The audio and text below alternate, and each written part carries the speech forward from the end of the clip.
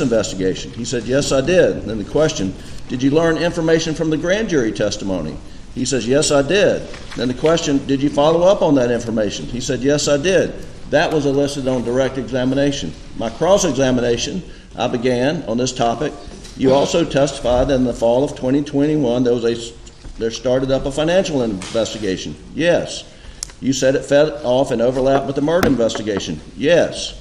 You developed information that Alex was stealing money to support a drug addiction. Yes, that was reported. Question, you learned that Alex was paying up to $50,000 a week to buy drugs. Yes, that is what was reported. You learned that Alex was buying from Curtis Eddie Smith. Yes. You learned that Eddie was buying from the Sand Hill drug gang. Yes. You learned that Eddie owed the Sand Hill drug gang a lot of money. Yes, but they were not worried about getting their money because it was Murdaugh. Question, did you ever conduct a cell phone analysis of the Sand Hill drug dealer's cell phones to see if they were at Moselle on June the 8th? Answer, no, because in my experience they use burner phones. Question, you never got DNA from them to cross-check against the unknown DNA on Maggie's fingernails. Answer, no. Question, you never put them in the investigative circle, did you? Answer, my understanding is that investigation is continuing and is being conducted by the DEA. And from that, Your Honor, there were no questions related to the roadside shooting, no questions related to whether Alex lied to the police in connection with the roadside shooting. It was all about him stealing money from clients to support his drug addiction, which is evidence that was already in the case.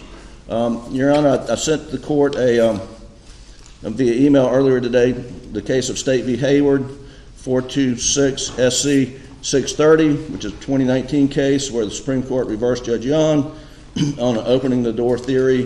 The same Supreme Court reversed the Court of Appeals.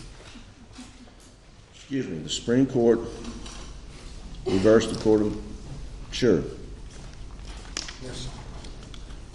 The defendant was convicted. It went...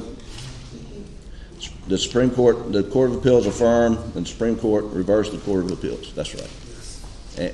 And vacated the conviction based upon the introduction of propensity evidence, 404 evidence on the theory of opening the door. And in that opinion, Justice Hearn is very specific to state that the courts have to be very careful and very wary of thinly veiled attempts to show propensity by way of the open door doctrine, and that the testimony and response must be proportional and confined to the topics to which counsel had opened the door.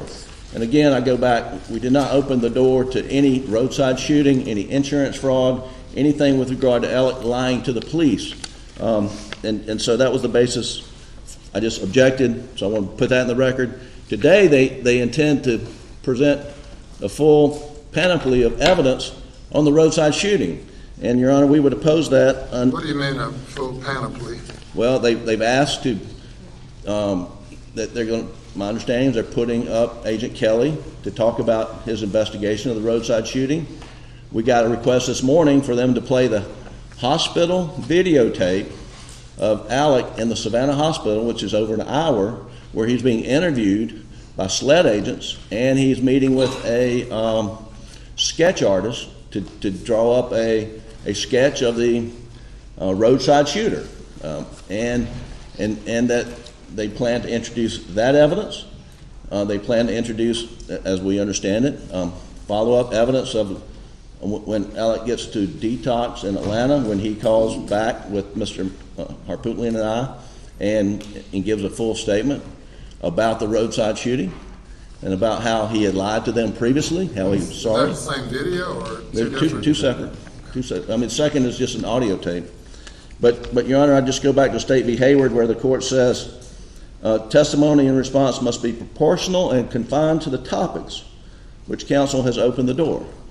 And so they intend to spend 3 hours of testimony here today, and it's not proportional, and it's not related to the topic for which the court, I believe, should find that. I don't think I opened any door, because I think the evidence was already in the case. All right. And it was in response to direct. It wasn't something I brought up. May it please court, Your Honor. To go back, obviously we had this issue and we addressed it yesterday morning. This time we're dealing with the issue of the courts, the exception or statement for the record that Mr. Griffin wanted to make concerning the court's ruling yesterday. We're not dealing with any anticipated testimony today at this time. I'm not ruling based on what, well, I've already ruled, but I'm entertaining these comments for the record regarding yesterday's ruling. So go ahead. I think, Your Honor, if you listen obviously to the excerpts that Mr. Griffin just read, and you put that in the context of everything that had developed, starting with Marion Proctor, that the door is more than opened, and the state's intent in that regard is to fully respond to and flesh out the very examination. The state's intent in that regard, we're talking about yesterday's ruling, so we can close the door on that. Do you have anything else to say about the court's ruling yesterday? No, other than the examination, the redirect examination clearly was in response to and appropriate opening the door after that examination, and that's I think that Your Honor's ruling was appropriate in that regard, and I think that again that has opened the door to exploration of those issues. Concerning the court's ruling yesterday, and also State v. Hayward,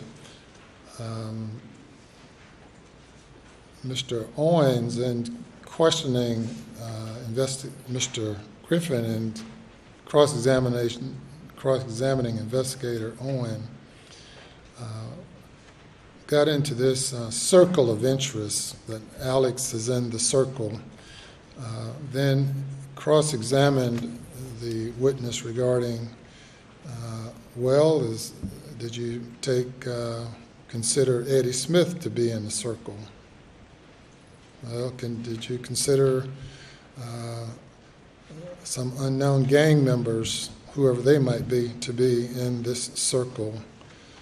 Did you know that Alex was spending $50,000 per week supporting a drug habit, presumably through Eddie Smith, and that he owed money or he was indebted? So Mr. Griffin introduced the relationship between the defendant and Eddie Smith. The court conducted a pretrial, a hearing outside the presence of the jury, addressed the issue, made it clear that the roadside shooting was a bridge too far. Then the defense decided to build a road over that bridge, decided to just go right there as if they could dance through fire without getting burned, scarred, or anything. The door was open. This is not the same as the situation in State v. Hayward, where a co-defendant's, a cooperating co-defendant is being questioned about unrelated matters, totally unrelated to the case, and the Supreme Court presiding judge went too far in allowing evidence not proportional to what was open, and which he already ruled should not be introduced. I find that what this court allowed on yesterday was proportional because it was in relation to evidence elicited not by the state but by the defendant, and the state is entitled to explore this relationship between the defendant and Eddie Smith. And then we'll have further discussions at some point regarding this limitation of just randomly throwing out names of people, or suspicions and speculations regarding on the issue of third-party guilt. But to the extent that the defense sought to introduce the relationship between the defendant and Eddie Smith, and then to seek to infer that Eddie Smith might have been or should be a suspect in the murder, then to prohibit the state from saying, well, if he is if Eddie Smith should be a suspect, and Mr. Murdaugh, who at the outset engaged in his form of problem solving by telling the state what this case was all about and the murder was all about, meaning the boat crash, then later engaging what appears to be a conspiracy along with the person that the defense seeks to insinuate to be or should have been a suspect. The state is entitled to explore that. The extent to which the state should be entitled to explore that, that's open for discussion today, but not based on the court's ruling yesterday. The court in the Hayward case did indicate that the court should be careful as the nature and extent to which these other matters should be allowed to go into, and I intend to do that. But the record is protected to the extent that Mr. Griffin went through YouTube and citing what his version of what he said yesterday, excluding the portion that's more relevant and important to the court's ruling. But the record speaks for itself on all of that, and the court's ruling stands as it was given on yesterday. Your Honor, obviously we would accept your ruling, but there. Okay, now we have a ruling, we have for the record, now we have an exception to the ruling, and another comment. Go ahead. So what I'd like to discuss now is what the state will be allowed to submit in support of this position. Now, clearly there is a taped statement by Mr. Murdaugh from a detox facility in Atlanta, which was initiated by Mr. Griffin and I. So certainly there's no objection to that. I mean, there could be, but no real objection to that. Secondly, no objection to the statement. Well, no objection to the statement pursuant to and conditioned by our previous objection. Yes, sir. To, I want to make the record clear. We're objecting to any of this. Oh, I understand. You've objected to everything throughout the trial. I understand. Well, there's a couple things we missed. We'd like to rehear some of those, but Your Honor, but then, and again, Mr. Waters and I discussed last night after your ruling, a way perhaps, I know this is shocking, to expedite this process. For instance, there is a statement made to EMS, the statement they're wanting to get to, which is, drive-by shooting, all those sorts of things, which he later on admitted in the telephone statement that was taken, was not true. We get that. He didn't need to be Mirandized on the side of the road by EMS. However, there are two recorded statements taken at the Savannah Hospital by Agent Kelly after he is, and we've got the medical records here if you want to look at them, but clearly has suffered a wound to his head, a fractured skull. Always suspect of that word clearly and clear. Everything is in controversy. I don't think this is in controversy. Tell me what's clear again. Bullet wound to the head, fractured skull, brain bleed. That's not contested. The medical records indicate medication that he was under while he was at the hospital. We would think there'd have to be a Jackson v. Deno hearing on those interviews, just under the issue of, was he competent, a competency hearing. To do that, we would have to bring the physicians and the treating physicians from Savannah here to testify. And again, and I think Mr. Waters will concede, it was at 6, I emailed him and said, all good, what we talked about yesterday, and he came back a little while later and indicated that he'd like to put those in. Mr. Griffin and I, over a cup of coffee, said there's competency issues, and we informed him of that this morning. Nobody's playing gotcha here. So we don't believe those should come in without Your Honor being able to rule that he was competent, hear from the doctors, and I think we may have worked out a compromise on that. I just want to confirm that for the record. But what we have worked out is this. The statement that he would not have to bring the EMS people. There's a statement that they made. Agent Kelly can publish that statement without having them need to be here. There was a knife recovered at the scene.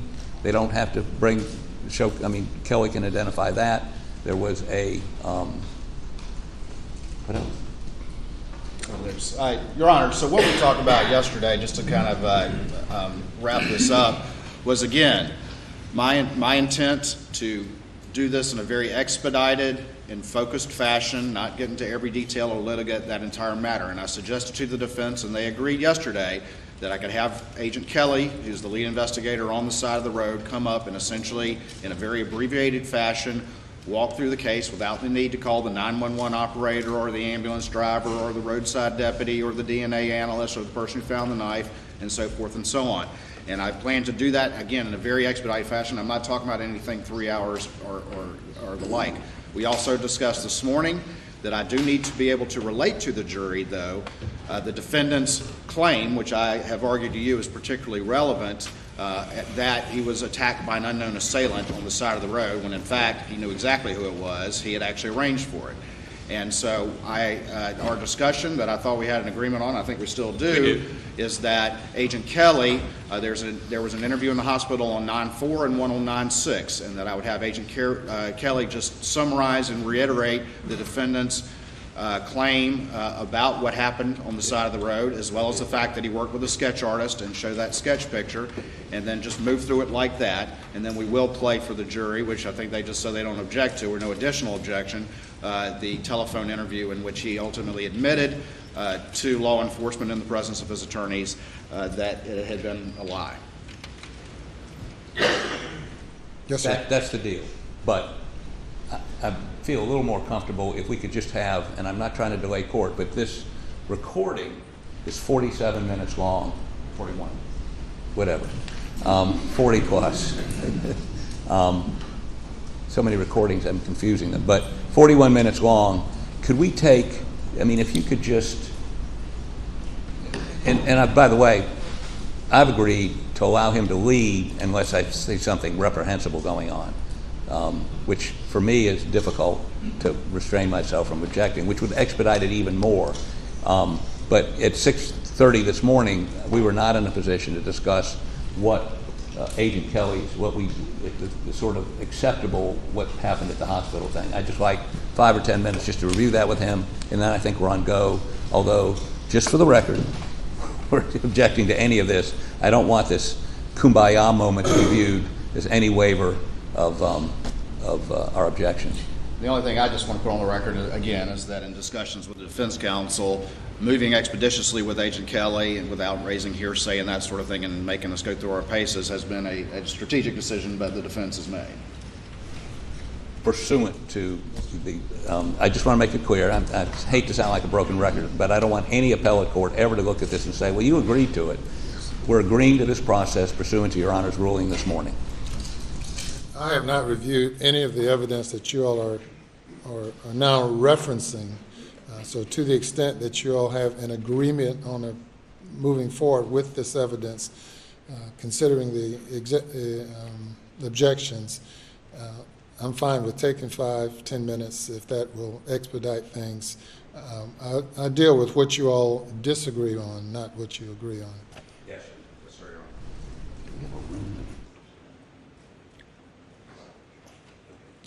Honor. We're going, if Your Honor, when you take this recess, we're going to take myself, Mr. Griffin, maybe even Mr. Barber, to, he seems busy, to a room where we can have some peace and quiet and have a discussion without being interrupted every 2 minutes. All right. We'll be in recess then for hopefully about 10 minutes. All right, remain in order.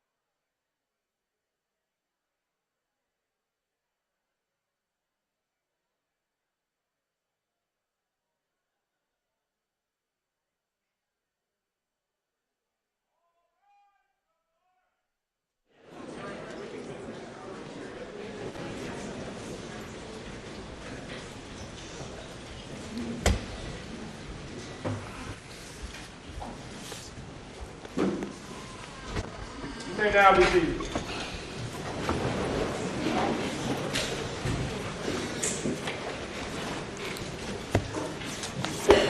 Mr. Waters. Yes, sir. I believe we're ready to proceed. I know we still have Cross on that other witness. So the court knows, we do have Dr. Kinsey, who's our expert, who will go after that, so that we can go ahead and get him on the way. And then after that, we would move to Mr. Kelly, Special Agent Kelly. And I think we've had a discussion and have the same sheet of music so that there's at least no additional objection to the ones they've already raised. Sounds reasonable to me. Okay. And, Your Honor, my goal here is to be as reasonable as possible. Yes, sir. You may bring the jury.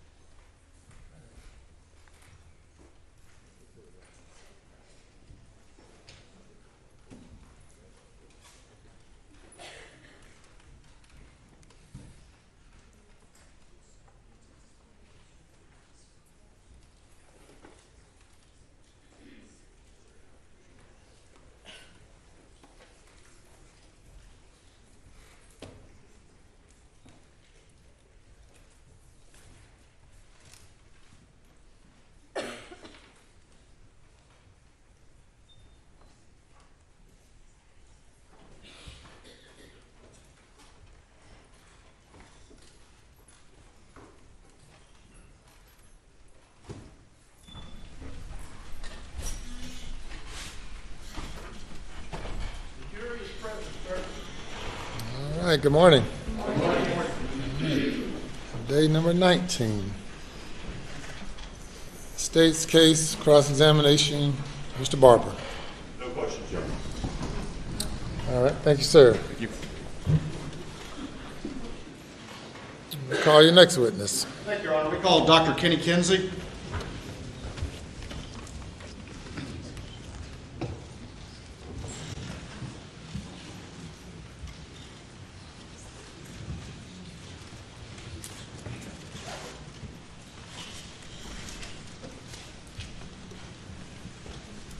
Do you swear or affirm that any testimony you give today will be the truth, the whole truth, and nothing but the truth, so help you God? So help me God. All right. If you would, please, sir, be seated in that witness chair over there. State your full name for the record, spell your last name, and try to talk in the mic as good as you can.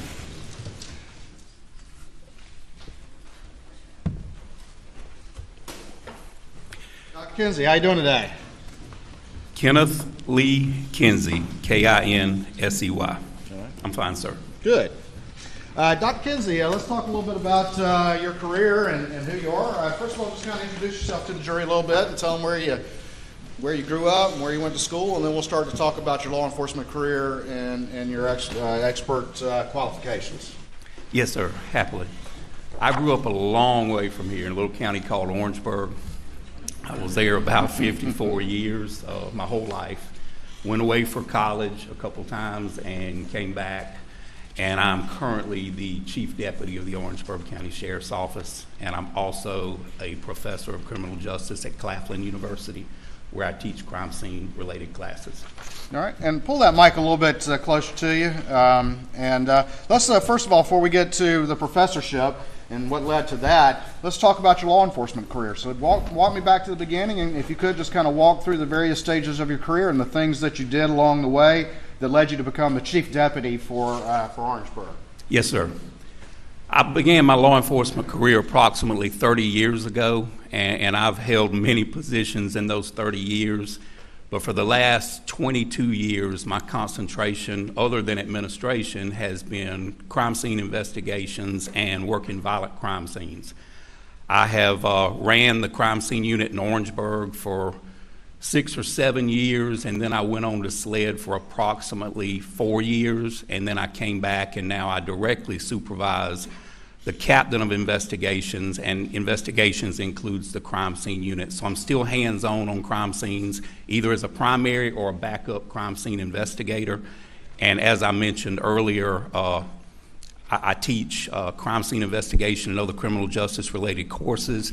I received my bachelor's degree from Clemson University in 1991.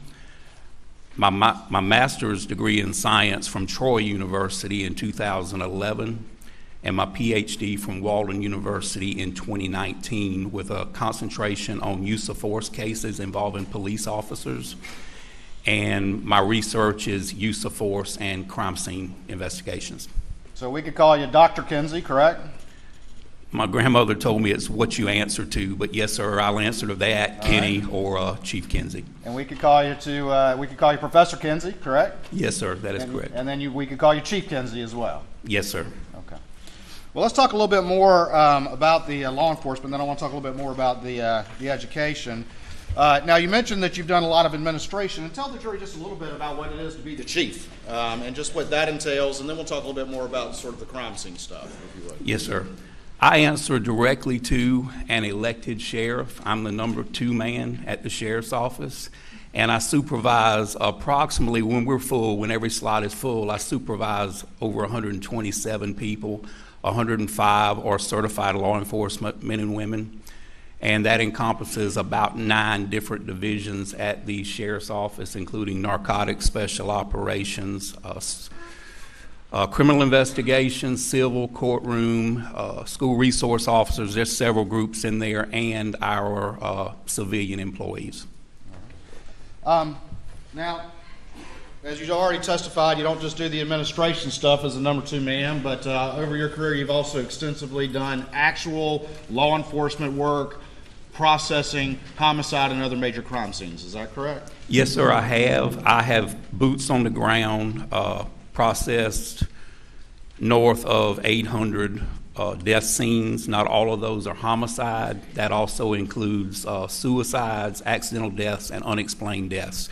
That is either as a primary investigator or as a secondary investigator in my career. And I still have a directive that I placed with my coworkers approximately 11 years ago. I still go to every death scene if possible. And over that time, you said over 800 death scenes over the course of your career. Is that correct? That is correct. And then, how many pieces of forensic evidence do you think you've processed over the years? That would be hard to determine, multiple pieces for each scene, but part of my duties... Homicides, then? Yes, sir. Part of my duties when I was at SLED was to also process evidence that was submitted through the door. And what through the door means, these are items of evidence from other agencies that have worked their own crime scenes, and they send their items to SLED for an analysis. And that's in the thousands. I would have no way to give you a quantitative number. In the thousands? Yes, sir. Is it also over the years, have you attended autopsies as part of your investigative work as it relates to death scenes? That is correct. Every agency I have worked at had a mandate that you attend autopsies to collect evidence, do major case prints, GSR, and that kind of thing. And also to give the pathologist an idea of your interpretation of what happened. And have you ever been asked to consult on death cases in jurisdictions throughout the state or even in other states? Yes, sir, I have. And describe that to the jury, please. As a consultant, I work for, to be frank and honest, sometimes it's against law enforcement. Sometimes it's defending law enforcement, just depending on what I believe is wrong and right. And I have participated with private attorneys in the civil process doing both. And I've also been asked by colleagues and comrades across the country to review a piece of evidence if they may have needed a qualified examiner to technically or administratively review that piece of evidence or their findings. All right. Before I come back to the specific crime scene training and experience that you have, I just want to go back again to your education. You went to Clemson, right? Yes, sir. All right, and started a law enforcement career not long after that? That is correct. And what year did you graduate Clemson? I was on a 5-year plan. I graduated in 1991, and I started as a reserve deputy The records are a little shaky because back then you worked until they had a certification class, but best I can guess was somewhere around 92, 93. So 91 Clemson? Yes, sir. I was 92 Carolina. So. All right. Then you went on to Troy University at some point later in your career? I did, yes, sir. I attended Troy's satellite campus, which is in Sumter, an actual brick and mortar school. And the purpose of Troy being placed in Sumter is because of Shaw Air Force Base. A lot of our men and women who protect our country use their GI Bills to further their education at such campuses. And I had to travel 1 night a week and 2 days a week for approximately a year and a half to complete that, pass proficiency. All right. That competency exam, is that a pretty tough exam? It's the second toughest thing I've ever done. Yes, sir. Is the pass rate pretty low on that thing first time? It is very low. We probably had 30 people in our class, and I only know of 4 that passed the competency the first time. Were you one of them? Yes, sir. And then you went on and got your doctorate, is that right? I did, yes, sir. And that was at Walden University program there? It was, yes, sir. Did you have to do any residencies with that? Mr. Waters, we'll stipulate to him as a qualified expert if we could just go ahead and move on. Thank you. Your Honor, the state's entitled to explore the extent of his qualifications. That goes directly to the value of his opinion to the jury. I'll do it expeditiously, but I think we're entitled to do that. Do you accept the stipulation or no? I do accept the stipulation. I would like to very quickly finish up the qualification process so that the jury understands that. Ladies and gentlemen, he is so qualified. You may proceed. Thank you, Your Honor. All right. So real quick, you did some residencies in your doctorate, is that correct? I did 4 residencies in Atlanta, yes, sir. All right. And ultimately did dissertation and all that comes with getting your doctorate relevant to criminal justice and criminology, is that correct? I defended my prospectus and my dissertation, yes, sir, successfully. All right. Now, let's get to the last thing I want to cover as far as your qualifications, but what specific areas of crime scene investigation and reconstruction have you had training and experience and previous qualifications in? Yes, sir.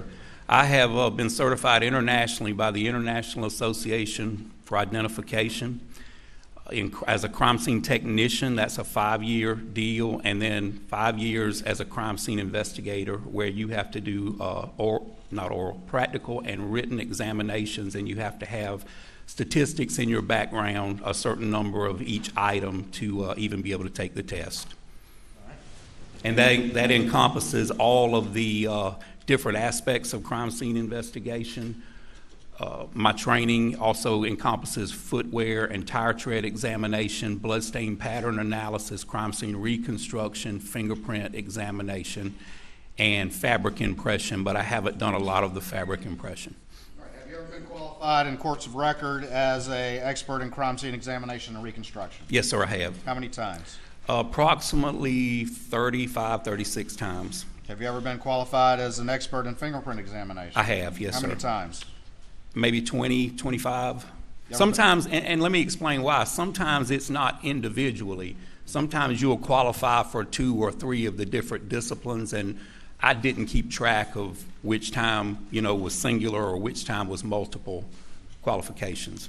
All right. And then have you ever been qualified as an expert in footwear examination? I have, sir, approximately 8 times. And tire tread as well? Yes, sir. All right. I believe that's what I wanted to go through with your qualifications, which I believe you stipulate in those areas. Is that correct? All right. Let's move on. Did you have an opportunity to review, at the request of the state, the crime scene here as it relates to Maggie and Paul? I did, yes, sir. All right. And just very quickly, what are some of the types of things that you reviewed as part of your process? When I do a reconstruction, I look at the available evidence as I feel it's pertinent to help me answer some questions. And the questions that or the things I wanted to accomplish from this reconstruction, you can determine sequence, you can determine movement. A lot of times you can determine the number of blows, or in the event of a hand-to-hand combat or a firearm was used, those kind of things. So I examined forensic reports that were issued by law enforcement laboratories. I also examined extensively photographs that were taken on the scene, measurements, that kind of thing, and I also responded to the scene. It was rather close, and I took my own measurements. When you say responded to the scene, when did you first get involved in this guy? The end of 2022, and I'm not talking about when the scene was actually going on. I went after the fact and did my own measurements. All right. And when you were retained by the state in this case, were you told any particular goal, or were you told to just take a fresh look at it and offer your opinions? I was told to look at all of the evidence and determine what I may be helpful on, and to use my own judgment objectively, independently, and come up with my own conclusions. All right, let's talk about, if we can, and again, we're going to have to deal with some of, maybe not the images as much, but deal with some of the injuries that Maggie and Paul suffered, correct? Yes, sir. Let's, if you could, just remind the jury, what were the injuries that Paul suffered, please? They were very, very severe firearms injuries. One was a shotgun wound to just a little anatomical left of the midline of the body. One was to the shoulder, and it proceeded into the jaw and ultimately into the head.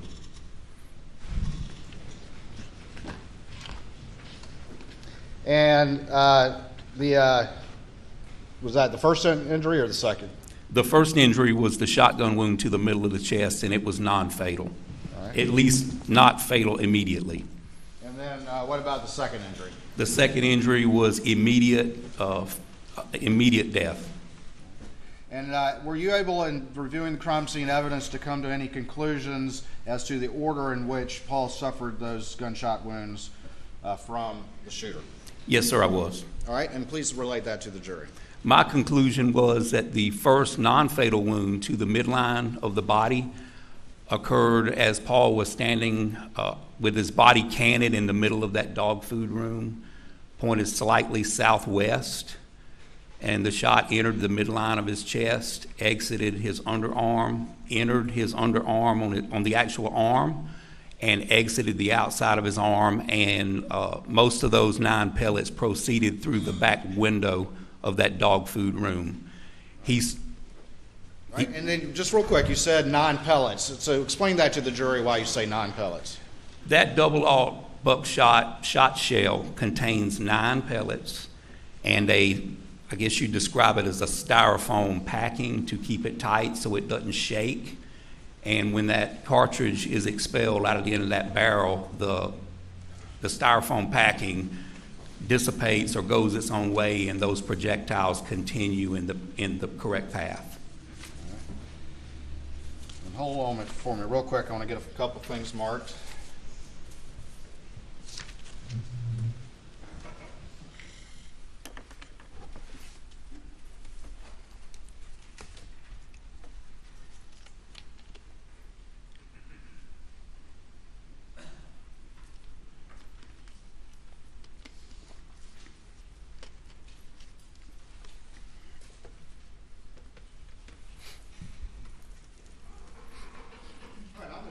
Can I have the Elmo, please?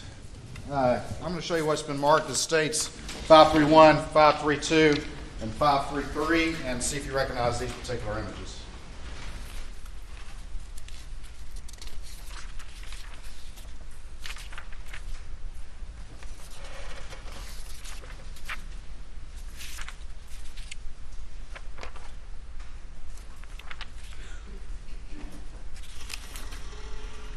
Yes, sir, I do. All right, and tell the jury just generally what these are, please. These are views of the floor of the feed room and a view from the entrance to the feed room and some digitally placed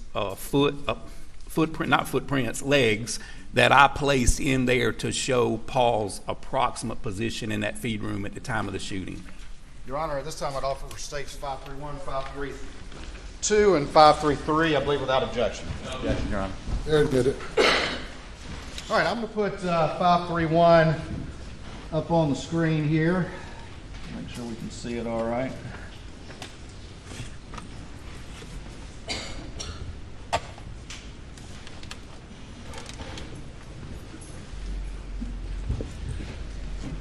All right, Dr. Kinsey, you were talking a little bit about Paul's positioning and his location when that first shot happened. And if you could tell the jury your conclusion as to where he was located when that shot was fired. And then if you want to step down, and if you could maybe point out what was added to this image to kind of reflect your conclusion in that regard. Thank you. And there's a dowel stick right behind you if you want to use that.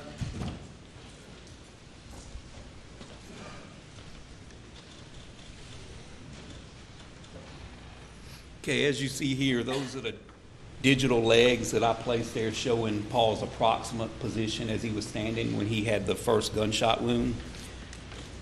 Here along the floor, what you see are passive or 90-degree blood droplets. And when blood, you can tell a lot from the direction of blood by the way it strikes an object. Blood has a cohesive factor. It's viscous. And you probably heard that term before with the motor oil for your car. It's thicker than water. And the thing that causes that blood droplet to change shape is the friction and the direction and how much force was used. Well, a 90-degree drop just is exactly that. It's perpendicular to the ground. So these 90-degree drops right here tell me that Paul was standing there for a moment. Can't tell you how long, but those drops were running down from that wound on his arm, more than likely his arm, because his chest area had a shirt on it. It takes a little while for that blood to make it through the shirt, but it'll run down the outside of your arm and drip off your fingers. And you can see these 90-degree droplets here, here, and then they actually lead to the door. You can follow the path to the door. He's not moving very fast because most of them are almost perfectly circular or 90 degrees. Had he been moving real fast, you could see some directionality in him. A tail, because the tail always tells you the direction with a blood drop. So I know he was moving slowly, and I know he was standing in the middle of this room for some time after the first shotgun wound. All right, and approximately how far was Paul inside the feed room? Can you describe a little bit about the dimensions of the feed room and your conclusion as to how far within the room Paul was when he was struck by that first blast? Yes, sir. Well, the feed room is 10 foot deep by my own calculations and by looking at the other sketches. And where you see his feet here is just on the other side of the halfway point. So I went, I'm guessing because I have no way of running a tape measure because when I went there, everything was moved. But this door is 36 inches and it's approximately 1.5 feet, 2 foot past the door. So that's how I come up with that determination. And he's just on the other side of the midpoint of that 10-foot room. Which is about how far from the doorway? 5 foot. All right. And I'm going to show you what's been marked as 534, states 534, and see if you recognize that. I do, yes, sir. All right, and tell the jury what that is real quick. That is a general view from outside the feed room that was taken at the time the crime scene was originally processed. And I added a digital enhanced arrow showing the reader or the viewer the direction of the shot path. Right, this time I offer state 534 in evidence. Okay. All right, I'm going to put 534 up on the screen, and if you would, just show that arrow that you're talking about that's been added to this image. Yes, sir. Right here. All right, and then as well, just show generally where those blood spots are. It's not the best image in the world, but where those blood spots are that led to your conclusion about Paul's location within the feed room when the first blast struck him. The placard hasn't been moved, although it's hard to see the droplets, and of course I didn't add the legs to this. But just on the other side of that placard, and then you have here a quantity of 90-degree blood droplets with a partial footwear impression in it.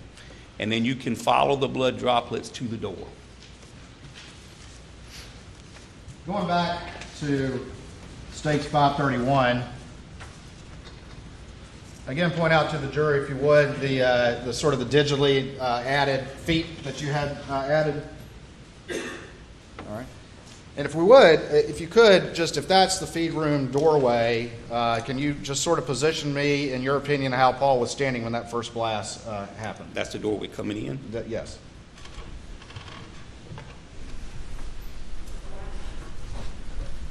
About right here. All right.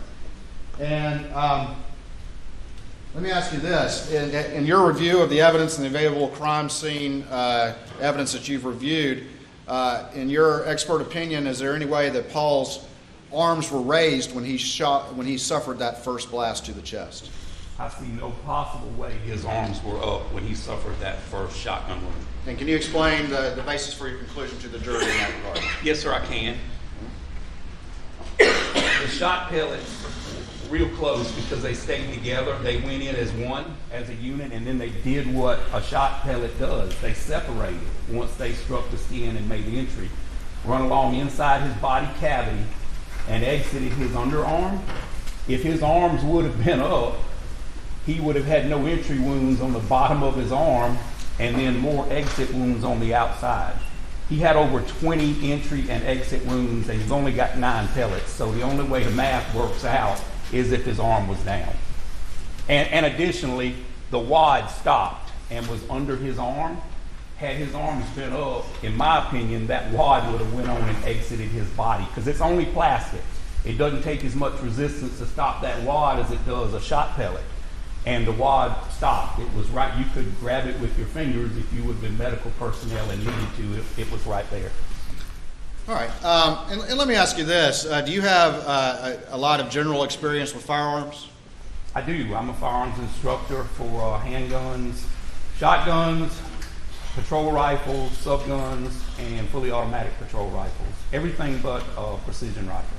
All right. And when you say an instructor, where is that? I'm certified. I have credentials through the South Carolina Criminal Justice Academy. I've also been certified as an NRA law enforcement instructor, and I currently have a CWP endorsement to teach concealed weapon permits from the South Carolina Law Enforcement Division. And you testified how many buckshot are typically in your average buckshot shell? According to the literature and according to my experience, there are 9 in that particular buckshot. Did you see any evidence, I think you've already mentioned this, but did you see any evidence from the crime scene as to what happened to some of those pellets as Paul was struck as they continued on? Yes, sir, I did. They exited on through the back window. All right, and I'm going to show what's already been admitted as 532 and put that up on the screen. And if you could describe to the jury what you're talking about in that regard, please. This is that window at the back of the feed room, and you can see the shot shell pellet defects here as they went through the window and continued on their path. And those are kind of big holes. Are those consistent, though, with buckshot pellets striking that? Yes, sir, they are, and some are bigger than others because it's just the makeup of glass. I mean, sometimes you'll get one individual hole, and sometimes it'll take out, a large portion. So I have no way to know that. All right.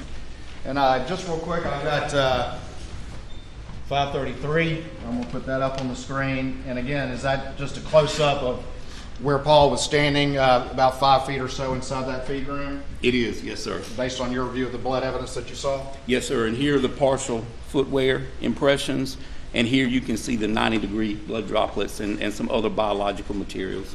All right, and in your conclusion, what's the most likely explanation for those 90-degree blood drops? How is that physically happening? It's the arm wound. Even though it was non-fatal, there's less restriction from clothing or anything else on the arm. Here you've got the t-shirt that's got to completely saturate before it gets to the bottom and drops, but here on the arm you've got nothing. So once those pellets exited, entered, and exited again, that blood's free running down his arm, and then they'll drip off the ends of your fingers. One thing I want to ask you about is you've testified as to your conclusions as to the position of Paul when that first shot struck him. Is there anything about the entrance wound itself that supports your conclusion as to the shape of the entrance wound? Yes, it's oblong instead of completely round, and had he been standing facing that door and took that double-aught buckshot to the middle of the chest, I've seen it dozens and dozens of times. Instead of coming out this side, a shot shell or a projectile doesn't make a 90-degree right. Generally, it's going to follow the same path unless it hits something hard enough to make it ricochet. It would have went on through his body. It still would have exited the window, it just wouldn't have done the damage to his arm and his underarm. So he had to be canted in this direction. And the wound is not perfectly circular. It's more oblong, which tells you that he was canted to some degree. All right. In your review of the crime scene evidence, did you come to any conclusion about the location of the shooter when that first buckshot blast struck Paul in his chest? It would be hard to say exact, but I can say to a bare minimum the breech of the shotgun, because I don't have the shotgun. I don't know the length of the barrel, that kind of thing, or I could run it from the door. But the breech of the shotgun, where it ejects the shot shell casing after it fires, was somewhere inside the door. Because had it been on the other side of the door, the shot shell would have been located outside. So depending on the length of the shotgun, at least I can say the ejection port was inside the door of the shed. All right. And then the shooter, I have this image up here, which I apologize, states 534. And can you kind of illustrate what you're talking about to the jury using that image? Yes, sir. The breech, the ejection port, where you load and unload that shotgun, which is a little less than midpoint from the shooter, was inside this door frame, at least to some degree inside. And where were the expended shot shells found on this crime scene? According to the photographs and the original crime scene, behind this door. And is that consistent with your review of the evidence? Does that support your review of the evidence that you just, that conclusion you just related to the jury? Very easily. This is, if you look, this room is kind of cluttered, and I measured that door myself. It had been pressure washed, but the same door, found the same shot shell pellet defects in that door. 1.5 inches at the bottom of the door, that's plenty of room for a shot shell to bounce and roll under the door. So I have no reason to believe it didn't end up there because of the location of the shooting. All right.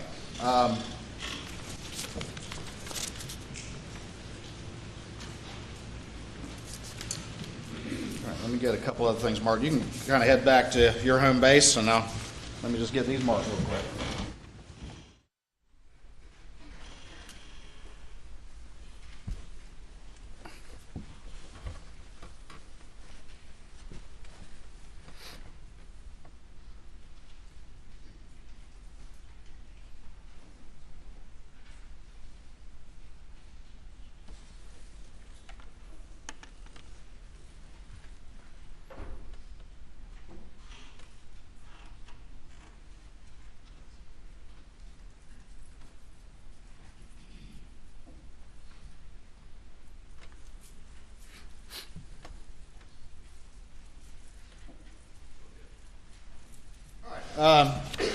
Dr. Kinsey, I'm going to show you what's been marked as 535, 536, 537, and 538 state's exhibits, and see if you generally recognize those images.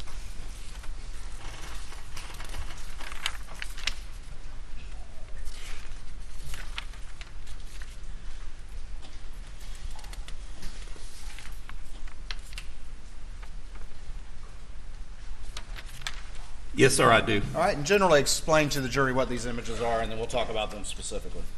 Those are images at the door that I've added some visual enhancements to help the reader understand the flight path of the second shot and the different elements that I looked at in determining where the shooter was for the second or the fatal shot to Paul. Your Honor, this time I'd offer states 535, 536, 537, and 538 into evidence, I believe, without objection. No objection. Admitted. All right. Let's look first at 535. And before we get to that, generally describe again to the jury your conclusion as to that second injury suffered by Paul, the fatal shot as you've described it. Well, the first thing is, once Paul received that second shot, he never walked again. He never made any movement. Any movement he made was involuntary, and it was due to gravity, pulling his body down to the ground. When you sustain an injury to your brain like that, that ceases all movement. So he was found outside the feed door. He fell over forward after sustaining that movement. Some wounds are fatal later. You can actually see someone that receives a fatal wound, and I've seen them run 100 yards. They can move for a little while. This is not that type of wound. Once he received this wound, it ceased all movement. And did you, I'm going to put attachment, stage 535 up on the screen. And tell the jury what this particular image reflects, please. Yes, sir. If you can look at the green funnel that I've added just visually, if you look at that green funnel, that is approximately the shot shell path, the shot path from the shot shell after it did the injuries to Paul, or the direction of the shot from the shot shell. And I determined that by shot shell pellet defects that are still in the door, even though the door had been cleaned. I went and looked at it myself, run my own measurements, took the width of the door. I took Paul's approximate height. It's listed as several different things. DMV shows him at 5'6". The pathologist listed him, I believe, at 5'9", so I had to split the difference. I went somewhere in the middle. Then I deducted the distance between the top of your head and the top of your shoulder, so I took another foot off. Then I took the width of the door, and there's one other thing I looked at, and that was a void pattern that's on the door frame of the door.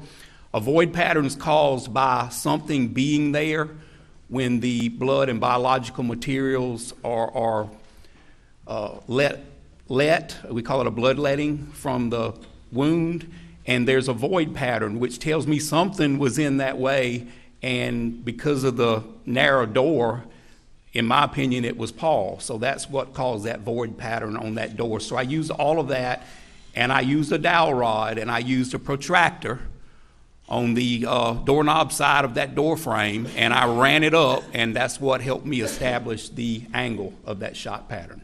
All right, and we're going to use the images to kind of talk about that a little bit more specifically, but quickly I want to show you 539 and 540 and see if you recognize these images. Yes, sir, I do. 540 is my photograph when I visited the scene. And 539 is also my photograph, and it shows that top hinge of that door is approximately 72 inches at the top of the hinge. All right, Your Honor, this time I'd move into evidence of plea without objection, states 539 and 540. No objection. Admit it. All right, let's, if you could, I'm going to ask you to step down again. I know I just sent you back there, but come on down.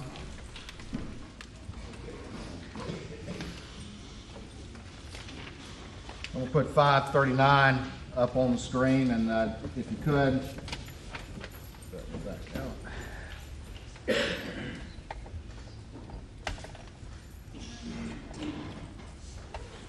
Tell me what this image reflects, if you would, please. Yes, sir. These are 36-inch standard yellow yardsticks. We use them to measure certain things, and it right here is the top of the top hinge. It's a 3-hinge door, and this is the top of the hinge, and then 4 inches above this are where those shot pellet defects were that I used to figure out my angle. All right, and looking at 540, who took this particular image? I took this image. So this would have been long after the actual event occurred, is that correct? This was last December. Yes, sir. All right, and tell the jury what this image reflects. You can still see the pellet defects in the door, and this is the approximate center of it here. So that's 4 inches above 72. That's approximately 76 inches on an 80-inch door. I'm going to show you states 536 and explain to the jury what this is, and in particular how that's relevant to your conclusion about the angle in which Paul suffered the fatal head wound. This is the original crime scene pictures, and this is where the pellets took their path. This is where they struck and did damage to the door, and you can actually still see the dents that are documented in my photograph. You can see them in the original crime scene.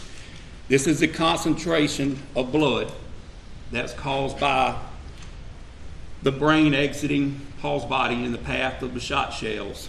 And then you also have biological material, hair and blood, here at the top of the door frame.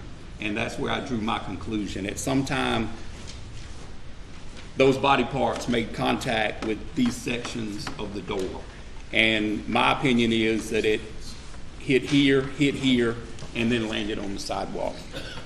Looking at states 537, can you explain what the jury's seeing in this image and how it relates to your opinion about the manner in which Paul suffered that fatal wound? I can. With a major bloodletting, especially... Dr. Kinsey, let me ask you to, I'm going to move this podium and ask you to step back just a hair so that the jurors over here can see what you're saying. Yes, sir. With a shotgun wound, you know, you've got you've got over 800 pellets that are making damage. It's not like a single projectile from a pistol or a rifle. So there's mass damage, and it throws body fluids and blood in several different directions, but they follow the path. When I mentioned that it was a void pattern, this is the last blood drop. You can see it in the photograph that I could see, and it's approximately 5 foot right there. And this is not green tape. That is a digital effect I put on the photograph to show the void I was talking about. So at some time, it's my opinion that Paul was up against that door or real close to that door to keep that blood from striking the door at the point in time that he was shot. All right, and the green tape reflects that blood pad or that void area that is consistent with Paul blocking that area. Is that correct? Yes, sir. Digital tape. It's not really tape. All right. Well, yes, sir. So that's been added to. Yes, sir. Okay. To illustrate your opinion. Correct? Yes, sir. All right, and then 538. I'm going to show you this image, and again, if you can point out what's been added and how this relates to the conclusion that you're offering to the jury. Yes, sir. One thing that I looked at to determine that it happened in the doorway and a little bit outside the doorway, more outside than inside, you don't just look for the presence of biological material in blood, you look for the absence of biological material in blood. Here at the top, it didn't have a scale or a ruler, so I can't tell you exactly, but looking at some of these other objects, I was able to scale it approximately 4 inches up here. You have a void. So I know that it happened, the second wound happened far enough outside of that door frame that the actual frame kept the biological material from hitting at the very top, right here. I also looked at these items. You got some medication, canine medication, or some cleaning materials and that kind of thing up here. You can see all the spatter at the front of those containers. And then we got what I call a demarcation line right here, and I drew it through most of these cans. And that separates the blood contaminated area and the clean area. So that tells me that it was at least forward of the angle on those containers. And that's why I believe he was shot. The second wound happened just outside the door frame, but his feet were probably still in the door frame. All right, and just quickly point to the jury, can we see part of the door frame in this particular image? You can, yes, sir, right here. All right. And going back now to states 535, and just for the record, we were just looking at states 538 and 537.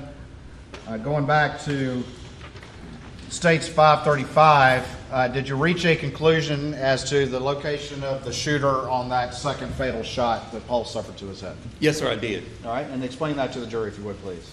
The shooter was right here. If you're facing that door, to the right of the doorway, outside. And would you have expected there to be, in that particular range, any sort of biological evidence in that area in proximity to the shooter? Yes, sir, I would. Would the door frame have potentially blocked any of that as well? It would block some, and just depending on the positioning, how much of the body of the shooter was exposed. Because, once you have that kind of catastrophic injury, it's real fine blood particles and biological fluids that go in all directions. And the closer the shooter was to the muzzle, to the exit end of that firearm, the more stuff you would expect.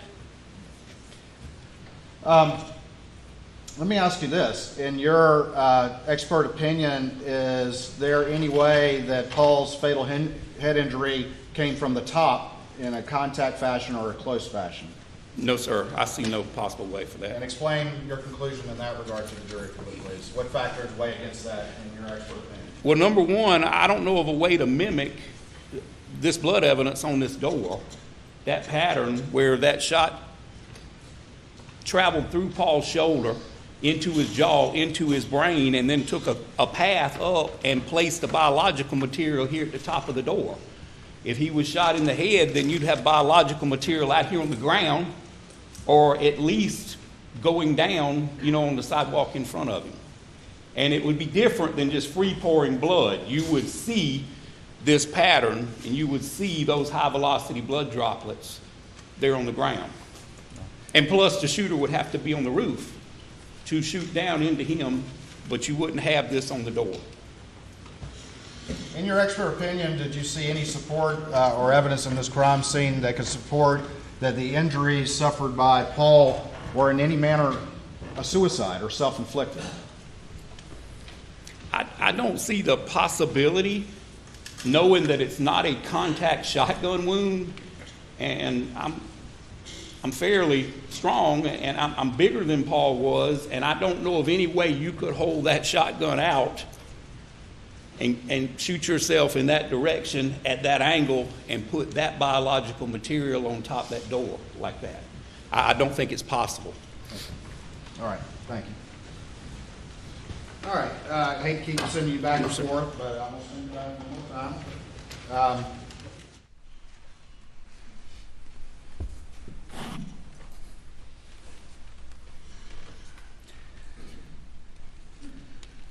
Now, let me ask you this.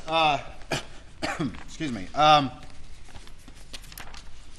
The second wound, the fatal wound that Paul suffered to his head, was that buckshot or was that birdshot? The second wound was birdshot. All right, and can you describe to the jury the difference between the composition of a buckshot round as it relates to the pellets and a birdshot round? Yes, sir, I can. All right, please do that. With buckshot, you've got a number of larger pellets, approximately 30, 36 caliber pellets, and you've got fewer of them. They're made for bringing down larger game. So in the typical double-aught buckshot, you're going to have 9 pellets. In your typical number 2, and it's called many things, the typical person calls it birdshot, chill shot, steel shot, coated shot. I've heard it called many things, so I just typically call it birdshot. But in this particular shot, there's approximately 150 to 156 pellets in that dry lock shot shell. So that's the difference. With the buckshot, you've got fewer and they're larger, and with the birdshot, you've got many and they're greater. They're for bringing down winged animals, squirrels, rabbits, dove, quail, turkey, duck. I mean, just depending on the number shot, that's what that's for. All right, and about how many approximately birdshot might be in an average shotgun shell? The literature says that it's 156 in a dry lock. I cut one open and I only counted 150, but that may have been human error. Around 150? Yes, sir. In your expert opinion, when you have birdshot, is there a forensic value to collecting every single pellet, or can you explain those concepts to the jury when you're dealing with birdshot? I always try to collect enough that the firearms examiner can weigh it, and he can have a good representative sample of what was used to cause this injury. With a projectile or a bullet, you have what's called lands and grooves. Markings, rifling, some people call it rifling, and it's caused from that projectile spinning as it goes down the barrel. You don't have that in a shotgun. And a pellet is so small that you probably couldn't find it if you could have it in a shotgun. So in my opinion, there's no forensic value as long as you have enough to determine what type of shot or what type of shell and the weight of it. In your opinion, and you've talked about this, but was the shooter, when that fatal shot was fired, inside or outside of that door frame? The second shot? The second shot? Yes, sir. It was outside the door frame. All right. And where was that second shot shell located? It was also located under the door. All right. And is that still consistent with your opinion? Absolutely. And can you explain that to the jury, please? Yes, sir. Like I mentioned earlier, the ejection port on a shotgun typically, now there are left-handed shotguns, but typically the majority of shotguns, the ejection port is on the right side. So as long as that shooter had it at an angle and had that ejection port pointed toward the door, even just the least little bit, that would give plenty of opportunity for that shot shell to be ejected and go inside that door. All right. I know I just sent you back. I'm going to bring you back down. I'm sorry. Before we move on from Paul, I would, and if you could just use me as a mannequin, but can you sort of describe to me your conclusions about the positioning of Paul when he suffered that fatal head wound and just how the trajectory of that wound and that shot as you've described and as supported by the evidence as you see it? Can I describe it and then demonstrate? Yes, please. So the jurors can see. The second wound, as I mentioned, went in his arm and caused an injury here, a large entrance, and then, of course, exit here. So it had to be typically with the kind of non-fatal wound Paul suffered to his chest and his arm. It's my belief that now his 5'8" frame is dipping or favoring that arm because, as you know, that's over 20-something entrances and exits. I believe it would have hurt him. I believe he would have been in pain, and I believe he would have been somewhat affected. And the reason I believe that is because I've got the 90-degree blood drops moving really, really slow. If he wasn't feeling it, or if it hadn't affected him in some way, I believe his youthfulness would have allowed him to get out of there faster. But he's moving real slow to the door. So that's going to drop that angle just a couple inches, and I can demonstrate. All right. And if we can make sure that juror can see. Yes, sir. Absolutely. All right.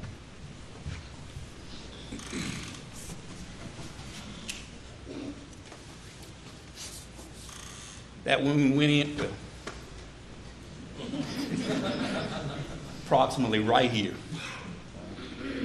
It traveled in, and out in a straight line. In a straight line. Shot always goes in a straight line. And then when you're pressing the dowel stick there, you're showing the trajectory of the wound, not implying that was a contact wound. Is that No, correct? sir, I'm not. I'm not implying it's contact. I'm just showing the level of the wound. All right. While I'm thinking about it, the wound to Paul's chest, did it show evidence of stippling? It did. Yes, sir. All right. And just very quickly, what is stippling? Commonly referred to as tattooing. It's particles and material that's in that shell that don't burn up because it's superheated at the time that the powder charge ignites. It doesn't explode. It ignites and burns rapidly. And that's unburnt particles of powder and other contents of that shell. They're hot, and when they hit the body, they cause stippling, or in the old days, they called it tattooing. And that's basically what it is. It works as an ink. Looking at this particular image, Paul's about 5 feet in the feed room when he suffers the first wound, correct? Yes, sir, that is correct. And then he moves towards the door, is that correct? That is correct. And suffers the second wound somewhere near the door frame on the inside of it. Yes, correct? sir, with his shoulder just outside that door frame. And when he suffers that second wound, what happens to Paul? He falls immediately. And where does he fall? He falls outside the feed room. All right. Let's move on now, and let's talk a little bit, if we can, about the injuries to Maggie Murdaugh. And if you could, start out by reminding the jury of the injuries that she suffered, and then let's talk about your conclusions as to the manner and the order in which those were suffered. Yes, sir. All right, so if you could just remind us again of those injuries, and if you could go ahead and describe them in the order that your expert opinion they were suffered. Yes, sir. Miss Maggie Murdaugh suffered 3 non-fatal injuries from a firearm. One was through her wrist. One was her left upper thigh above the knee. One was at her abdomen here, and it exited somewhere around her kidneys. Now, I'm not that kind of doctor. I can't tell you all the damage it did inside, all those organs and things, but it ran a straight line through her body. This one on her left leg and this one on her midsection were approximately the same angle, and they were really, really close in distance. One had stippling that said that it was a foot closer than the other, but that would probably fit. This was either a total separate non-fatal wound, or it could have been a continuation of one of the two fatal wounds. Her fatal wounds were, she had an abrasion or a burn on the left side of her abdomen from the outside in. That bullet followed a straight path. It entered the end of her breast and did extensive damage to the end of her breast, entered her left jaw, side of her face area, and went into her brain. That's the first fatal injury. And it was immediate, and she dropped right where she was at. I saw no evidence that her body had been manipulated, moved, or rolled over. The second fatal injury was down into her head, and it actually did what in the day they call a keyhole injury just from appearances. The entrance and exit in the top of her head were so close it made one big injury, and then it entered into her upper shoulders and went down into her body. That would have also been a fatal wound, but it was second. In my opinion, that one came second.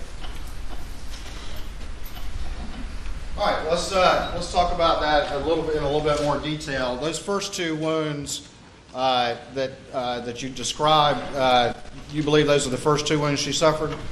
Yes, sir, and possibly three. I can't tell you much about this because the arm could have been moving or it could have been here. All right, well, let's talk about the thigh wound and the abdomen wound. Did you have any conclusions about the location of the shooter as those two wounds were suffered? Yes, sir, I did. All right, and explain that to the jury if you would, please.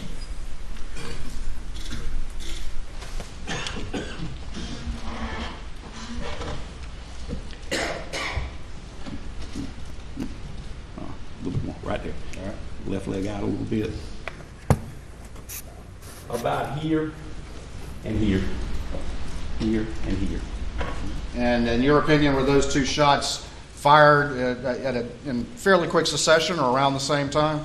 I think it would have been really, really difficult to get a similar angle if they weren't. All the shooter had to do is raise the weapon or lower the weapon, and you're still on the same plane. And did those wounds to the abdomen and to the thigh reflect the presence of stippling? They did. And what does that indicate to you about the distance between Maggie and the shooter when those wounds were suffered? I guess 4 or 5 feet. Okay. Fairly close? Yes, sir. All right. And after those two wounds were suffered, and again, we'll put aside the wrist wound for a bit, what would have happened after that in your expert opinion? In my opinion, at bare minimum, she would have been over. She would have been in pain. I believe sometime in close proximity, she fell to the ground, and that's when the first fatal wound was delivered. Would she have been prone on the ground or still somewhat raised above the ground or in a bent over position when that first fatal wound was suffered? In my opinion, from the angle, she would have been on her knees and had at least one hand on the ground. Those first two shots, well, let me ask you this. There were obviously 6 shell cases of 300 blackout that were used to murder Maggie Murdaugh found at the scene. Is that correct? That is correct. Explain to the jury, what conclusions, if any, can you draw about the location of those shell cases, if anything? Explain that to the jury a little bit. Once again, just like with the shotgun, I'm not saying it doesn't exist, but I don't think there are many left-handed AR platforms. So generally speaking, the ejection port's going to be on the right side. I own 7. Some of them throw it, the shell casing a little bit forward, some throw it a little bit back, some throw it perfect 90 degrees to the ejection port. If they were always uniform where they come out, if you go target practice, you could place a bucket there and all your shell casings would drop in the bucket. You wouldn't have to bend over and pick up your shell cases. Unfortunately, that's not the real world. So I don't put a lot into that unless I have the actual weapon and we can test the weapon with the same ammunition, and you can generally get an idea where that shell casing is going to go. So no, sir, I don't pay a lot of attention to it, and I definitely don't think the sequence of from one end to the other or from this end to this end means that's necessarily the movement of the shooter. Gotcha.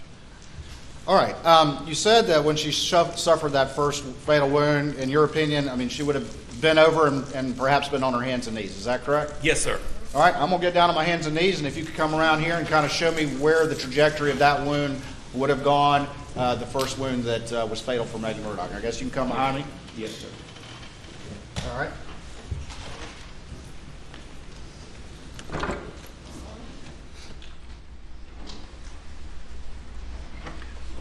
Right there.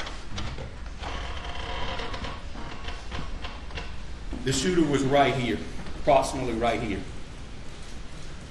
All right. And show us the trajectory as it went through Maggie into her brain. Yes. It burnt or grazed her stomach outside to inside, went through the end of her breast, into her jaw, and then into her brain. Okay. And what would have been the effect on her once that shot was suffered? She would have immediately fell down with the front of her body. All right. And that is the position her arms were in the original crime scene photograph.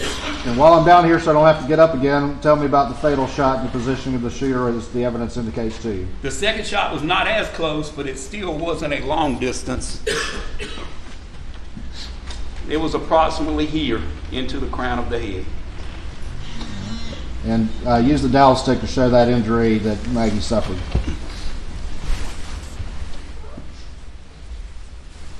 In, out, in that line. Okay. Thank you. We need to go to the dry cleaner after this. All right. The first shot, the first fatal shot, that would have immediately been fatal. Is that correct? Yes, sir. The second shot also would have been fatal had she still been living, but in your opinion, she was not at that point. Is that correct? Yes, sir. All right. She may have had a sign of life, but there was no movement. She was not capable of any movement at that time. All right. Go ahead and have a seat for me. Of course, as soon as I say that to you, I'm sure probably going to have to get back up.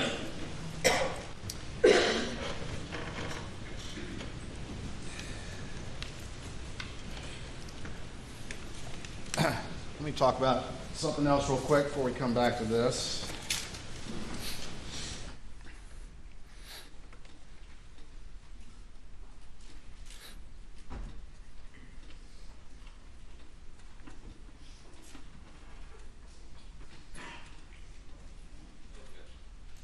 I'm going to show you what's been marked as States 541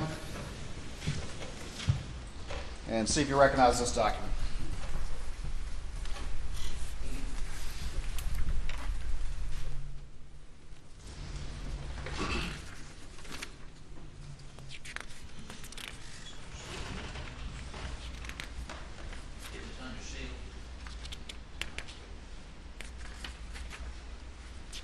I'll bring it back to you.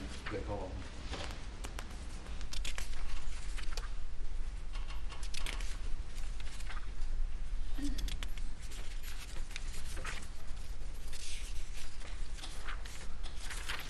Yes, sir, I do. All right. Tell the jury generally what this document is, please. That is a comparison and presentation that I put together over an unidentified impression on Miss Maggie Murdaugh's left calf. Okay. Your Honor, at this time I would move States 541 into evidence under seal. Objection. Submitted without objection. If we could make sure the monitors are secured, please.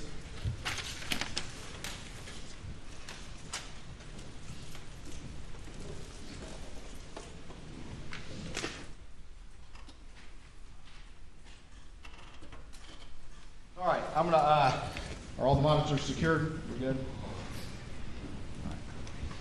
I'm gonna put States 541 up on the screen. I'm sorry. I think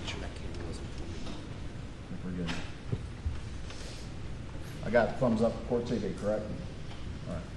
Moving 541 and putting it up on the screen. If you could tell me, first of all, what do we see here before we get to your analysis on this particular issue? This is a general photograph of an impression on Miss Maggie Murdaugh's left calf. Okay. And do we also see a wound on this picture? You can see the exit wound from that thigh wound that I described earlier. All right. And what, if anything, did you notice about or conclude from the sort of the blood pattern on the back of her thigh there? She stood a little while. I can't tell you how much time, just like with Paul, but she was standing after she suffered that thigh wound because the blood is running down the leg and gravity always pulls it to the earth. All right. And then, I sent you back there. I'm going to just bring you back on down. I'm sorry about that. Bring the stick. If you would, and again, make sure you're out of the way of the jurors. Was there any sort of mark or any sort of mud mark on the back of her leg? Yes, sir, it was. All right, and point that out to the jury, please. Right here, an unknown impression on her leg. Okay. And did you engage in an analysis of that particular impression? I did, yes, sir. All right, you just stay there. I think it's probably easier than sending you back. I'm going to move to the next slide.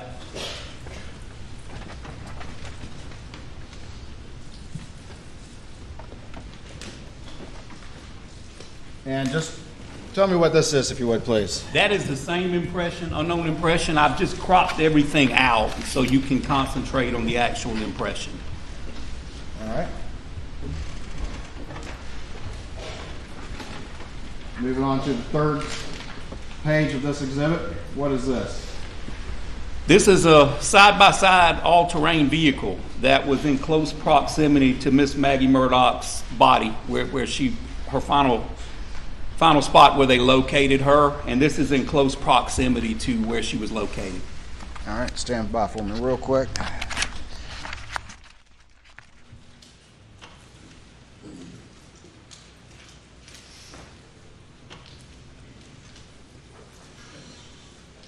I'm going to show you what's previously been admitted into evidence as State 70 and State 71. And can you tell me what these images reflect? That is that Polaris ATV side-by-side that I mentioned. All right, and generally remind the jury where this was located. Miss Murdaugh was laying face down. That was to her left, underneath a overhang or a I don't know what you call it, a shed that was attached to that airplane hangar. A lean-to, that's the word I was trying to think of. All right. And do you see any indication of any biological material in the crime scene images that were taken of that Polaris? That was my first indicator. That's what made me concentrate on a specific tire. Yes, sir. All right. And let me see how washed out that is, if I can maybe fix it.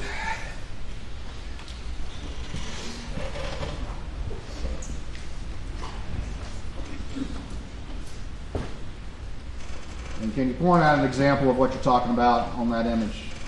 Yes, sir, I can. And I can bring you the original image if that's better. Right here, we've got some kind of biological material, and I'll tell you the reason I believe that to be so. Like I said, blood has a viscosity or a cohesive factor to it. That's why a blood drop stays together. You know, if you throw a drop of water on a tire, what's going to happen? It's going to run down. But here, and actually here on the front of that four-wheeler, in my opinion, that's some type of biological material. All right.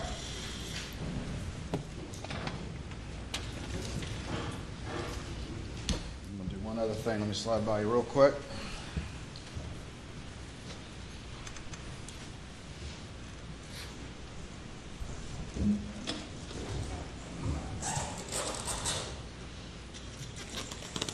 All right, looking now at defense 29.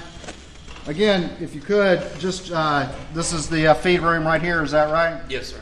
And just, if you could, just point to the general location of this ATV and where it was located in the crime scene. Yes, sir. Thank you. Yes, sir. I'll get back here. Right here in this area. All right, and that would be, again, on this is not to scale, but that would be at least on this diagram where Maggie was, is that correct? Yes, sir. That's her approximate location.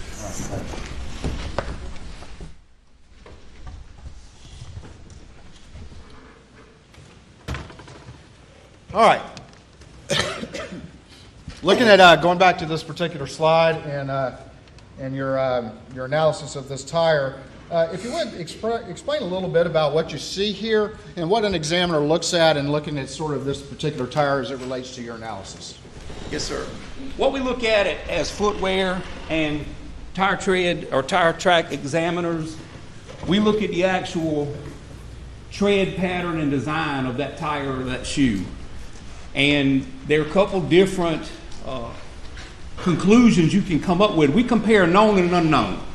It's not like you see on TV where you take a picture of a shoe and feed it into a computer. Some people have footwear databases, but it still has to be examined by a human. There's no magic machine. If it is, I've never seen it. What we look at the dimensions of the tread pattern. We look at the shape, the sole, the outsole design, the tread design, the measurements, and we try to find class characteristics. That's shape, size, sometimes depth, or the physical properties included in that pattern. And then to make a complete identification, that's a class characteristic. That's saying there's an association, either this shoe or this tire could have made this unknown impression, or another one just like it could have made this unknown impression. So that's a class or an association. Then you've got an identification. That's where you say, to the exclusion of all others, this shoe or this tire made this print. Now, to make an actual complete identification to the exclusion of all others, you've either got to have what's called a random unique characteristic. A thumbtack in the bottom of someone's shoe, bubble gum, damage to the tread pattern on that tire. You know, you hit something and it cut a tread pattern. So that's pretty difficult unless you have the actual tire, the actual shoe, and then you take it and compare it to the unknown. And what you'll do is take that tire, and three-dimensional comparisons are always better than two-dimensional. Two-dimensional is a photograph. You can't tell depth.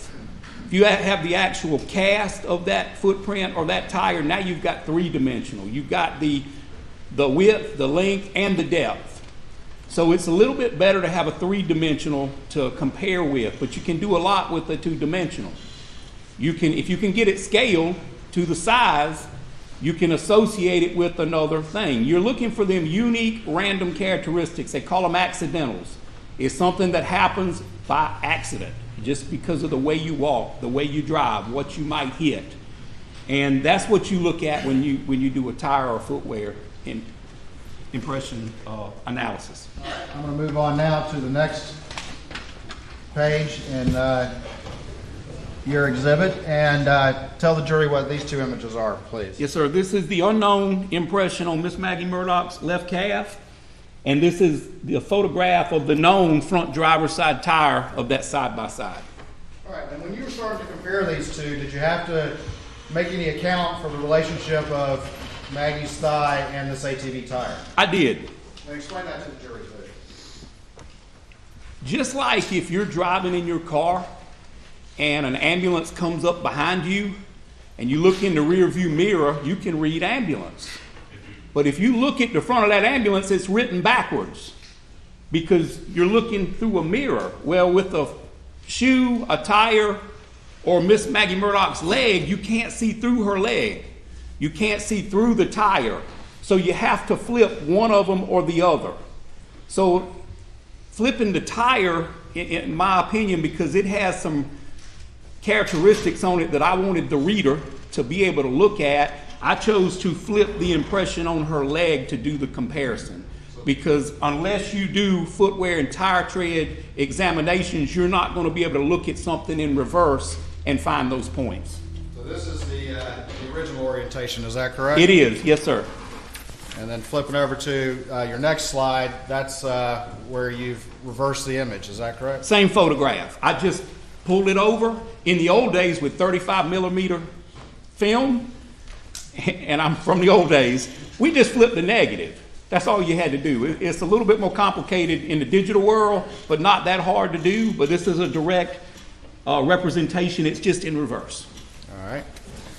Continuing on as we go through Your analysis, what does this reflect? This is just a side-by-side so you could understand the orientation. Here, here, here, and here. Those are the two treads that we're talking about now. All right. And by the way, those on the tire are the only treads at that level on her calf that I believe needed to be examined. All right, and again, these are just additional images illustrating what you were focusing on in your analysis? Yes, sir. Okay.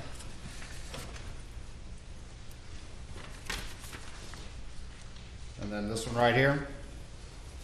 Yes, sir. That's a side-by-side view once again, with all the background cut out of it. All right, and then the final one, is this, explain this to the jury and how this supports your opinion.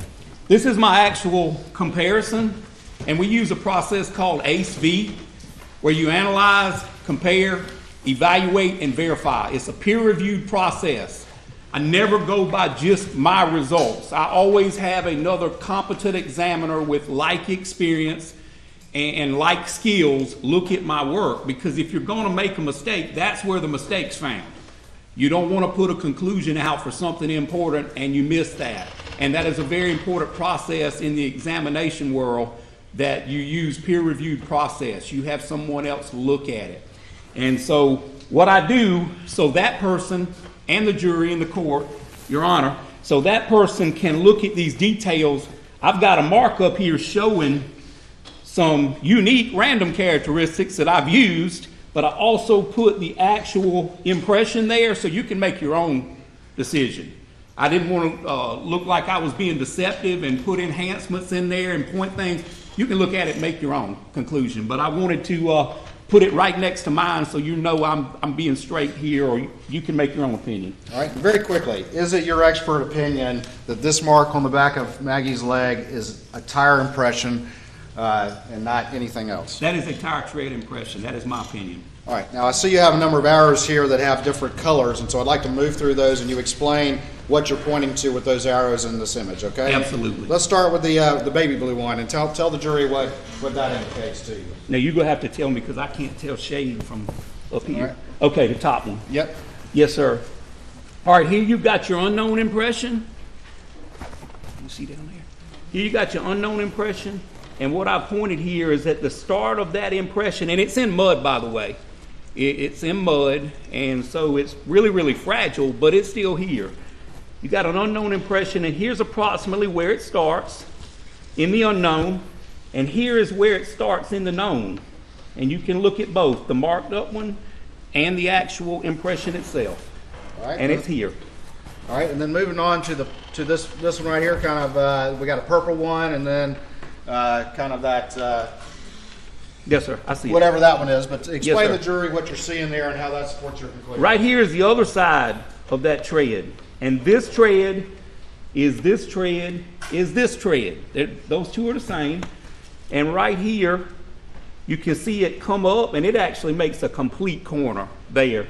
Comes up, and it curves out just a little bit there.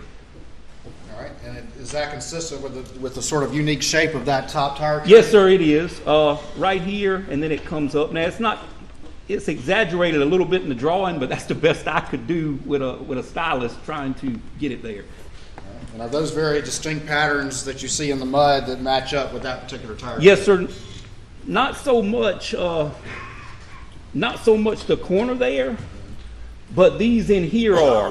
You can see a unique random characteristic here, and all that is a void pattern in the mud. You can also see it here. I mean, almost perfect. You can see one here where the yellow area is. You can see it here. It's right there. All right, you're kind of doing a little mountain or a little hump, and expand on that with the jury. Why is that particular? Why is that significant to you? Because that's not in the process of making the tire. That's because whoever drove that side by side last hit some dirt or some mud, and that is a pattern that's left in mud on the tire. And in my opinion, it transferred to Miss Maggie Murdaugh's calf. All right, and show the jury where you're talking about the little hump on Yes, this sir. image right here, if you could show it. And It's then, marked with a yellow arrow, and here it is right here, and I've marked it there, but you can look at the one that's not marked, and you can also see it here. All right, talking about this bottom impression, we've got a white arrow to that line right there. Explain that to the jury and what's significant in your analysis about that. I marked that because unless you examine, unless you got really, really good eyesight, you might not even pick up on that. But here you've only got a partial line. The whole line didn't show through in the transfer of the mud or dirt or debris. And I kept myself honest. I only highlighted the length of that, but you can also see it here and here. You can see that side of that tread, that tire tread. All right. And moving on now to the this green one right here, and kind of green to the baby blue to that blue, just kind of going around there. If you could explain that to the jury and its significance, if any, to your analysis. It's just a continuation, and there's a little break in there, but they're still the same angles, same lines, and they match up, and that's just because the dirt didn't transfer completely. But you got plenty of skeletonized line here to show the outline of that tread here, here, and here, and that's here, here, and here. In your opinion, that's a tire impression, is that correct? That is a tire impression, that's my opinion. And in your opinion, based on these very significant mirror images and accidentals and that sort of thing, is that most likely that specific tire tread that's on the back of It Maggie's is car? most likely that tire. If it's not that tire, it's a similar tire with the same tread design. And that particular tire was in close proximity to where Maggie was found, correct? In close proximity. Looking at how you had Maggie in that first shot, I think you had me kind of angled a little bit like that. Is that correct? Yes, sir. And if she was angled that way near that front tire, would she be facing towards the feed room? Yes, sir. All right. And are those two shots that were suffered in the abdomen and the thigh, are those consistent with the shooter coming from the direction of the feed room? Certainly could be. Yes, sir. All right, go ahead and have a seat for me if you would. I'm sure I'll have you back up. All right.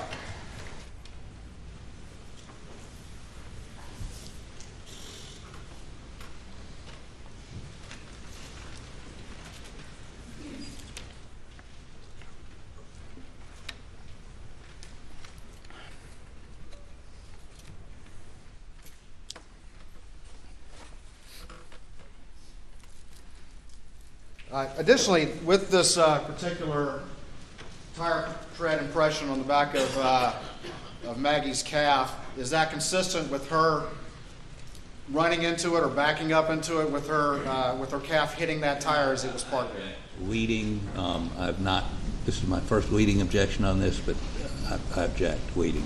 I'll rephrase your honor. All right. Let me ask you this. With this particular tire impression and what you see on Maggie's calf, is there a reasonable explanation as to how that impression got on her calf? At some point in time, Miss Maggie Murdaugh's left calf made contact with the inside of that front driver's side tire, or one just like it, and I saw no evidence that she was run over. So she had to make contact at some point in time. Gotcha.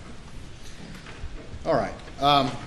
Hold on for me 1 second. I've just got a few more matters.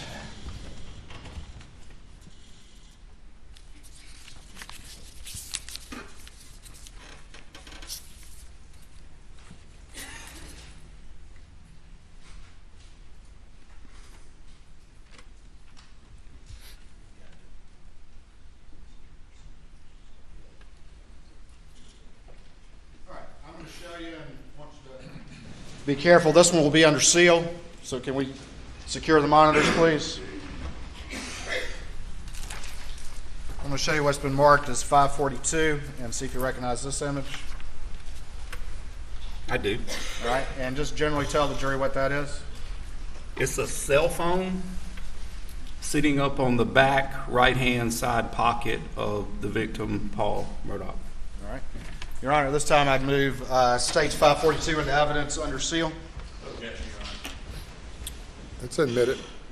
All right, are the monitors secured? I'm going to put this image up on the screen.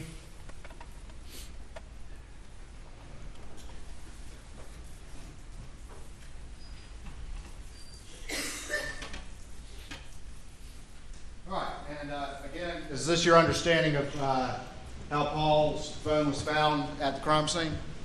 It is. All right. And did you make any assessment or analysis of whether or not Paul's phone could have popped out and be found in that position? I did. All right, and can you relate that to the jury, please? It's my opinion that his phone was placed there by someone else.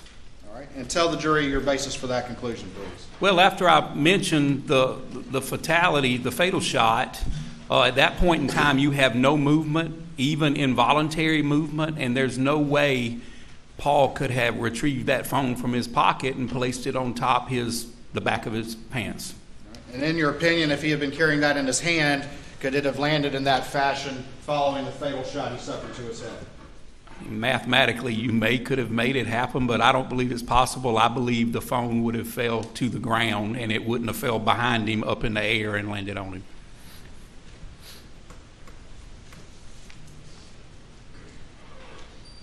A couple other things. You've testified about your experience in crime scene and that sort of thing. Is that correct? Yes, sir.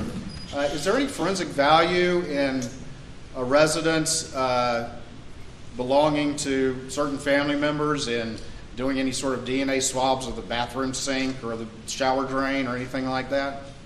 If it's an unknown person, maybe, but not if someone lives there. I see very little forensic value in that. And why is that? Can you explain that to the jury? Because we as humans, we swap, we lose biological material every day. We brush our teeth, or we should. We brush our teeth and we shampoo and we wash, and there's commonly blood and other bodily fluids in our drains, in our tub drains, and generally everywhere except in the toilet bowl.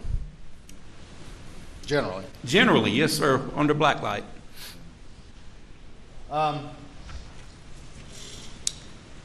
You've talked about your experience and your certifications with firearms. Is that correct? Yes, sir. Do you own yourself any AR-style platform rifles? I have 7 complete rifles, and I also own a couple strip lowers that I'm just holding for a rainy day. Gotcha. And what are those chambered in? 223 556. In the AR platform, is that the most common chambering for an AR platform?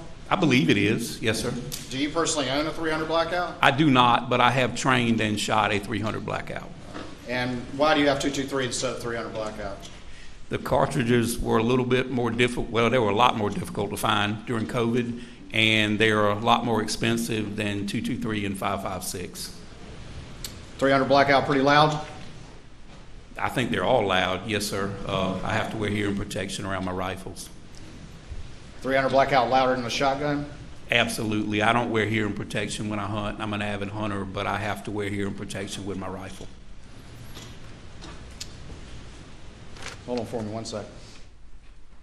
Ladies and gentlemen, I have you go to the jury room for a break. Please do not discuss the case.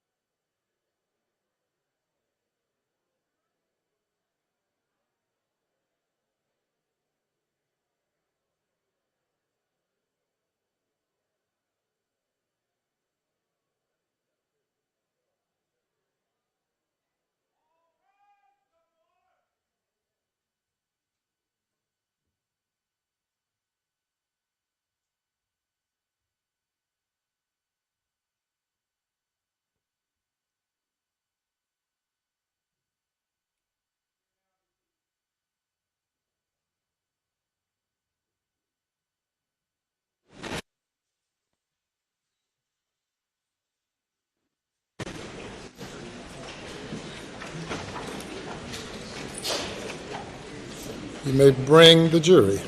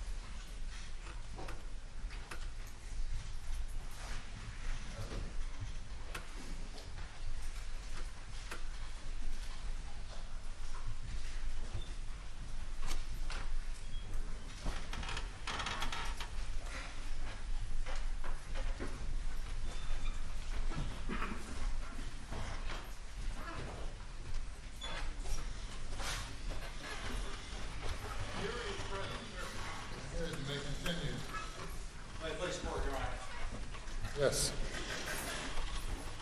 Dr. Kinsey, I just have a few more questions on direct examination. Did you see any evidence or anything that would reflect a struggle between Paul and the shooter? I did not. And can you explain that to the jury, please? Typically, if when you observe defensive wounds, what's called defensive wounds, you would see signs of a struggle. I saw none on Miss Maggie Murdaugh or Paul Murdaugh in any of the autopsy or crime scene photos.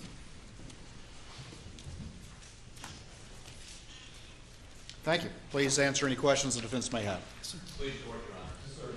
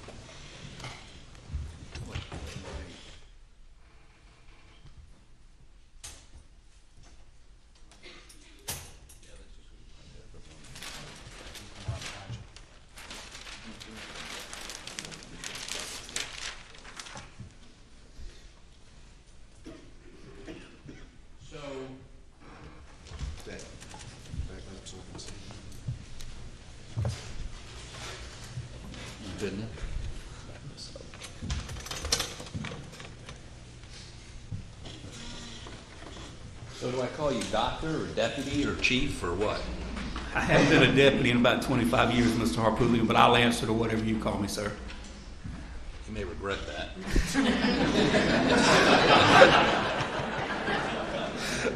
So, you've been, when did you start in law enforcement?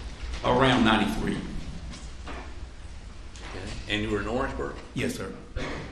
You know, back then, I was a solicitor in the Fifth Circuit. I was the prosecutor there. Do you remember that? I've testified for you a couple times, Mr. Harpootlian. I thought you looked familiar. So you actually were my witness a couple times. Yes, sir. Okay. And I don't know that we're going to have much dispute today, but I'm going to try to understand a couple of things, if that's okay with you. Absolutely. So let's understand the wound to Paul, the two wounds to Paul. And as I understand it, you were saying that he was standing how far back when he got shot to strike that? For his bloody footprints to be there, those footprints had to be made after he had the shot in the chest, correct? That is correct, yes, sir. And so how far back in the room were those footprints? The footprints are approximately, because I have no way, once everything was pressure washed and cleaned out, but looking at the actual crime scene photographs and then taking my own measurements, the placard, the yellow placard that's in the photographs, is approximately at 5 foot. And he was on the other side of, so he was occupying that 6 foot area. And there were no scales in any of those pictures, were there? There were not, no, sir. Let me just talk about this generally before we get to that. You teach a course on crime scene processing? Yes, sir. You teach a course on how one should photograph a crime scene. Yes, I do. And I'm going to try to oversimplify this. There's basically 2 or 3 things that you want on any crime scene photo. The first is a scale, correct? Well, there's 3 types of photos. One of those includes a scale. Yes, sir. Okay. I mean, obviously you don't have a scale if it's a long shot out, like from outside the feed room in. But for something like bloody footprints, you would want a scale. I would. Yes, sir. And you'd want multiple lighting sources so that it's well lit. Well, if you operate the camera correctly, you have your light source. And that's why you do it from 90 degrees over perpendicular to the footprint, because you can hit all the angles and then choose the best exposure that takes those shadows out. So if you do 90, do you recommend taking more than one shot? Yes, sir, typically. I mean, at different perspectives of the same item? Yes, sir. Okay, so you recommend multiple shots, including one, got to have 190 degrees. If for comparison evidence, you do. Yes, sir. And in the sense of the shoes, the shoe prints you think you saw, they were definitely Paul's shoes. You did that comparison. Just like with the tire tread, they share class characteristics with Paul's shoes. And were Yes, those sir. shoes facing towards the front or the back of the feet? When they were made, it appears they were going toward the door. Right. But it would be hard for me to tell you without some kind of mark on that pavement to be able to orient them. I'm sorry, I couldn't hear that. Say that Without a again. mark on the pavement or some type of landmark, it would be hard for me to orient them from the photograph. Okay. And again, if you'd had a scale or multiple pictures of that one shot, I mean, of straight down and multiple pictures, you could have done a little bit more in terms of that, could you not? An examiner possibly could have, yes, sir. And the trail of blood leads towards the front door, right? It does. And how long was that trail? Well, if he was in the 6 foot and you got 4 past him, at least 5 foot from where he starts dripping blood, then he steps in it, and then he makes his way to the door. So you think he was a foot and a half inside the door when he got shot with the second shot? Well, his feet were inside the door, but his shoulder and his head was slightly outside the door. Leaning forward? Yes, sir. Okay. So the first shot, as I understand it, hit his shoulder. The second shot is the one that hit the shoulder. No. I'm talking about, let's talk about The fatal one. the fatal one. Yes, sir. It hits his shoulder. Yes, sir. So based on, and you met with Dr. Reamer, the pathologist, I did. and she showed you her photos. Y'all talk about her photos? I offered to go over the photos with Dr. Reamer, and she told me that she had limited crime scene experience, and that I'd have to determine that she looked at the wounds and she makes her determinations, and that wasn't really her forte. Okay, so, but she said shot in the shoulder. I'm talking about the fatal shot. The path, yes, sir. Into the neck, out the top of the head. That is correct. Okay, so, and how, you said you had some difficulty in determining Paul's height. Well, the DMV record, the printout showed 5'6", and the autopsy information showed 5'9", and I know a young man like that will hit a growth spurt. That's not my area, so. But would you consider Dr. Reamer's measurement probably more accurate than what he told the DMV? Or he could have grown since he registered with the DMV. Yes, sir. So why wouldn't we just use 5'9"? So, I mean, is that fair? well, but then he's got damage to the top of his head, so I asked myself, how could Dr. Reamer get it exactly right when the top portion of his head's gone? So I had to guesstimate, and I figured the best way to do it is split the two. And the two were, so you had him at what height? DMV showed 5'6" on the printout, and Dr. Reamer showed 5'9", so I figured somewhere around 5'7.5" to 5'8". So 5'7.5". And then you take the foot from there to the actual wound. Right, I guess, so where the wound occurs, the initial, I guess it's his shoulder. Yes, sir. How high was that? That was approximately 4'7". 4'7". Yes, sir. Okay. So, just give me a second here. We're going to do a...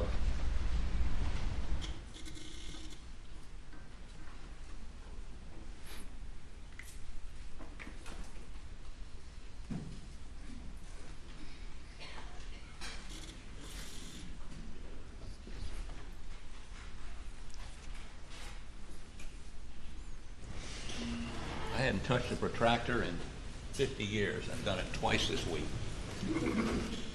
So let's do, if you'd step down here for just a minute, please.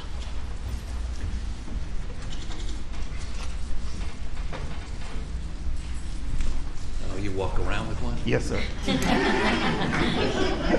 Really sad. Okay, really, really sad. So why don't you take this for me, and I'm going to hold the, I'll hold the bottom, and put a dot on here at 4, wherever the shoulder, the height of the shoulder. Okay, I'm going to take it straight. Unhook it down there. Okay, and we can, okay. Let me just get it up here to 4. Let me do this. I think you can do this with one of these. 4 foot, 6. 4 foot. We're saying 4'7"? Yes, sir. Do you know how to lock that? There you go. Okay. So that's 4'7", right? Yes, sir. Okay, let's go straight up.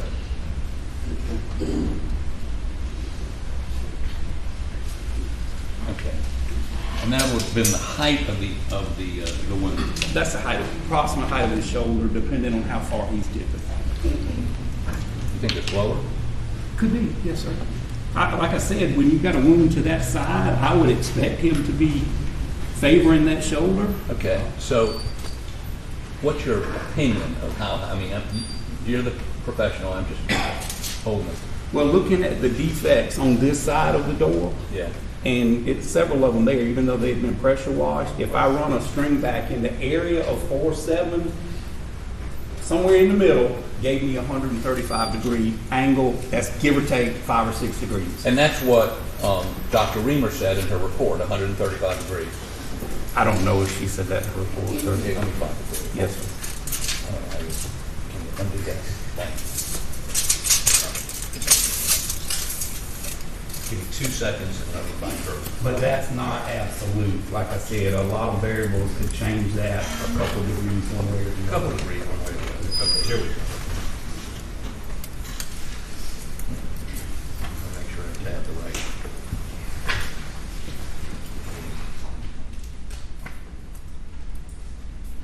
There we go. So,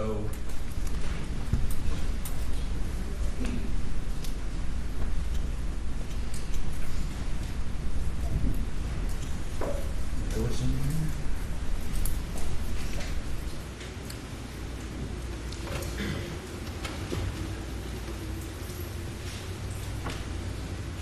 Well, while I'm looking for this, was there any evidence of stippling, soot, powder, burn, anything? Is soot the same thing as a powder burn? Soot is a byproduct, yes, sir. Okay.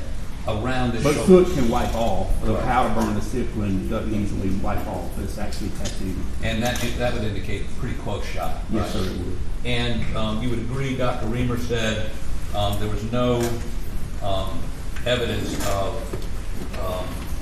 any of that, any stippling, anything to indicate a close-in shot. That is accurate. And she testified, I don't know if you saw her, do you see her testify? A little bit of it. Okay, Yes, sir. she testified that the muzzle of the gun, the weapon, the shotgun, would have had to have been at least 3 feet away, perhaps 4, but at least 3 feet away. Is that consistent with your experience? I don't know if that's consistent with my experience. I'm not trying to disagree with the pathologist, but I don't see how the angle would work out unless it was a pretty short shotgun. I don't see that angle working out 3 feet away. It maybe have been within 3 foot. Well, how far away was it?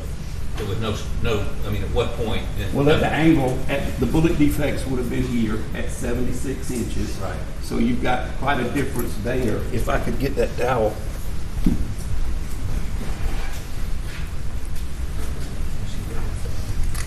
You want to swap places with me? Yeah, I'm trying to find that 135-degree comment by her, but,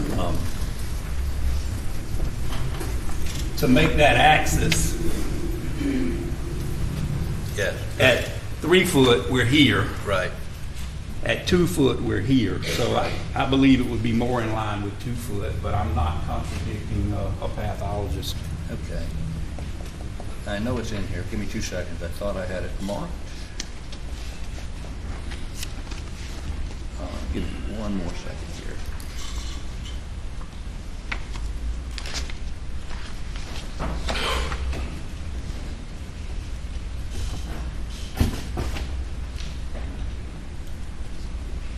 Well,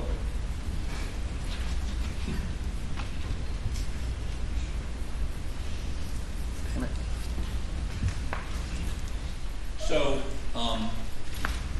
assume that you said, and you relied on Dr. Reamer's 135-degree shot.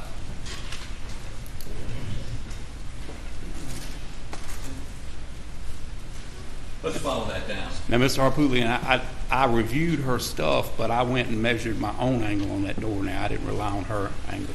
Well, but she actually, you're going based on where those pellets were. Yes, sir. And she would be going on measurements on the shoulder. Yes, sir. And she's actually looking at the wound. Yes, sir. And she would have maybe a more accurate angle because she knows, she sees what the wound is. She knows the angle to him, Right. but she can't relate that to the defect at the scene. But do you think it's, I mean, 135 degrees is basically a 45-degree angle, correct? Not quite, but yes, sir, close. Yes, sir. Okay. Yes, sir. So it's 45 degrees off of that dot. I did my measurement from a little bit lower on the door frame. I took my protractor and placed it on the door frame, inside the door frame like so.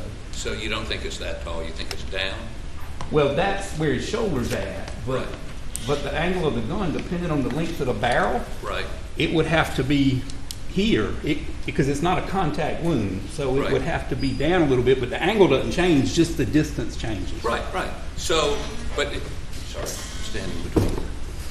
So, but if you come off of this 45 degrees, for the sake of argument. Okay, for the sake of argument. Okay. That would show you the angle of whatever hit his shoulder, correct? As long as the angle stays the same, yes, sir. Okay. Well, the angle's not I've gonna got it on 135, by the way. But 135 would be, wouldn't it be 45 degrees off of straight up and down?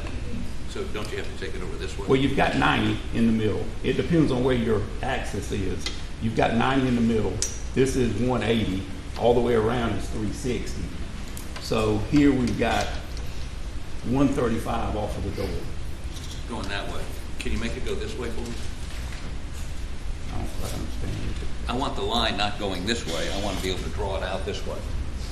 You just flip it There you go. and you go above it. Okay, would you do me a favor? And let me get a ruler for you. Can I have that long ruler, please?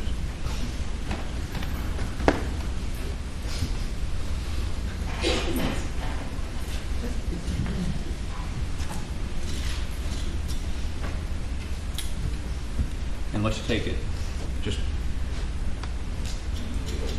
I'll hold it. Like that. If you'll just get that.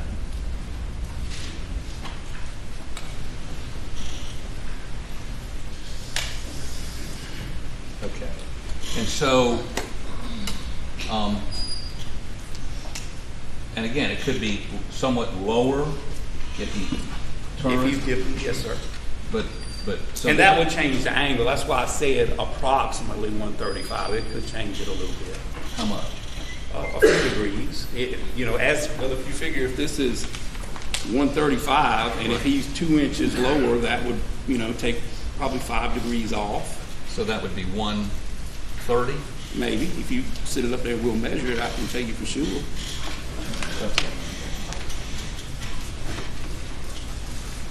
So, okay. What do you want me to do? You hold the protractor up. There you go. Except we got to go this way. No. You have it. You had it. There you go. But your line's gonna go that way. Which way do you want to go? I want to Flip it. Flip it. There you Okay, go. there we go. See what, that's why you're the, No. I got a feeling you're fooling with me, Mr. Harpoon. you got that feeling? I got that feeling. Okay. So that's 135. Yes, sir. What do you want to make it? Well, I'm not measuring it this way. I mean, you tell me what you want me to make it, because I measured it this angle. Yeah, but this is just the flip side of that. Remember how you're talking about the negative? All right, put it back. Okay. Which way you want it? This? That? There you go. Okay, that's 135. What do you want to make it? Tell you what, Johnny B. So you can Oh, wow. There you go.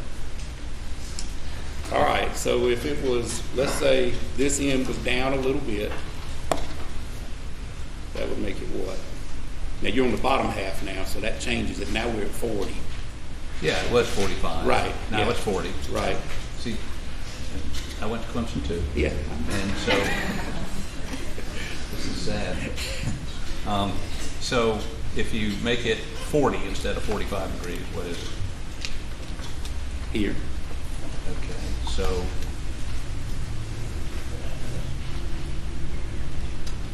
okay, you want to draw that in?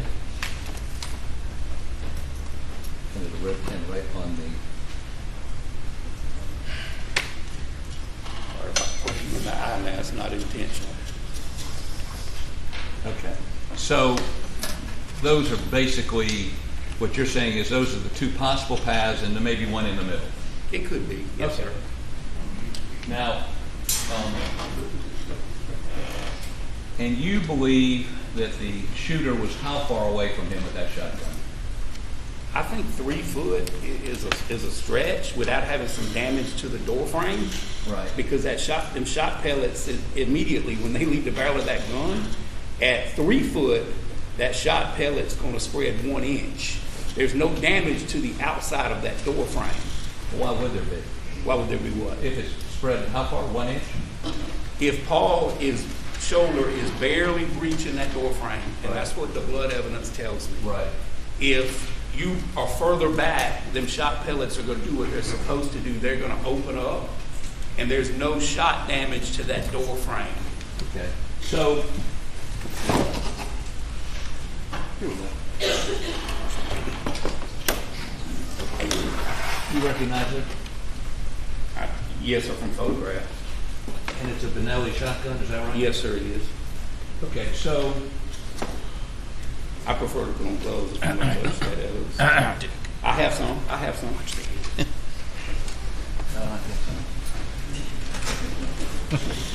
really dangerous here.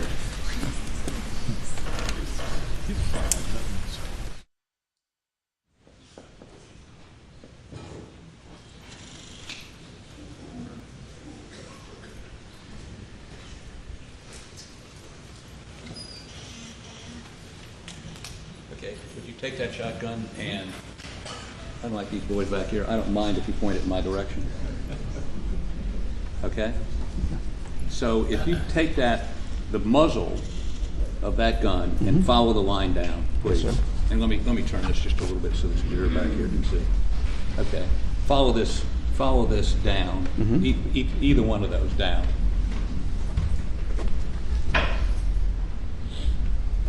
So that would be the position the shooter had? That's the angle. The I mean, angle. I'm on the opposite side, you know, of where the shot came from, and I don't know the length of the barrel, but that would be the angle. If I'm Paul, and I'm standing in the door, why is that the opposite side? Bent down a little bit. I don't understand what you mean by the opposite side. The shot came from over here. It didn't come from... Well, this is a two-dimensional representation of a three-dimensional, but I'm trying to figure out just the angle from the muzzle. All right, if you're coming out of the door, Right. and you got damage to your right shoulder. Right, there you go. Instead of Same- your left shoulder. same- All right, turn this way. Okay.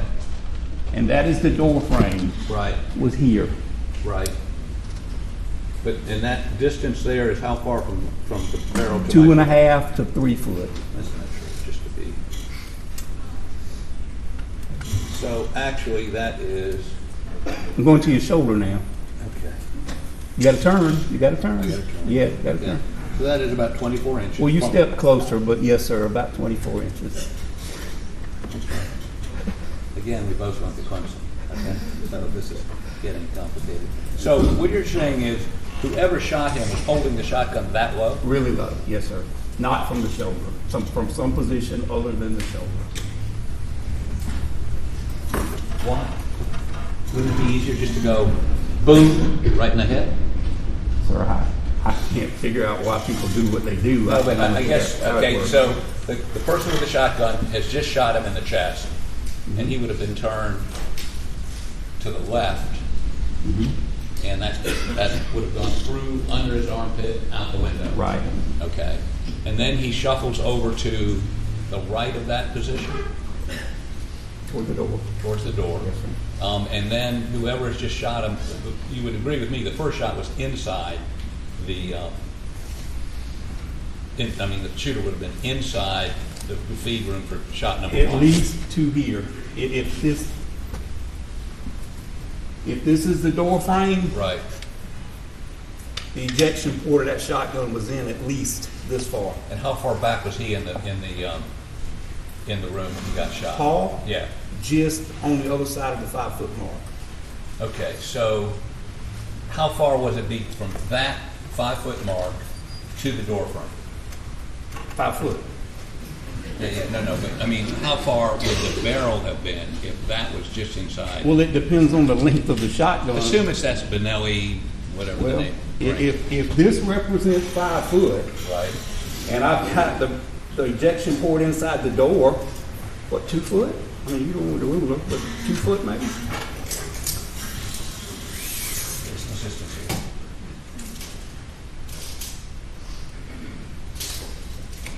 Okay, so I'm gonna move this way so it's even with me. I say candy dish. Thank you. So, this is 5 feet, right? I don't know what's on that end, but this is the door. It'd be easy to measure it like Yeah, that. this is actually 6 feet. So if it's- No, that's 5 feet. No, 5 feet.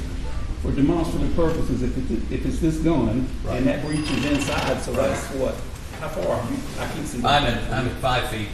Okay, and step just a little bit behind 5 foot, Okay. because he's occupying that next foot. There you Okay. go. So Okay. how far is that? This is 5 feet. Okay. This is a little bit back from Yes, 5 sir. feet. Now can't your body? This way or Yes, this sir. way? This way, okay.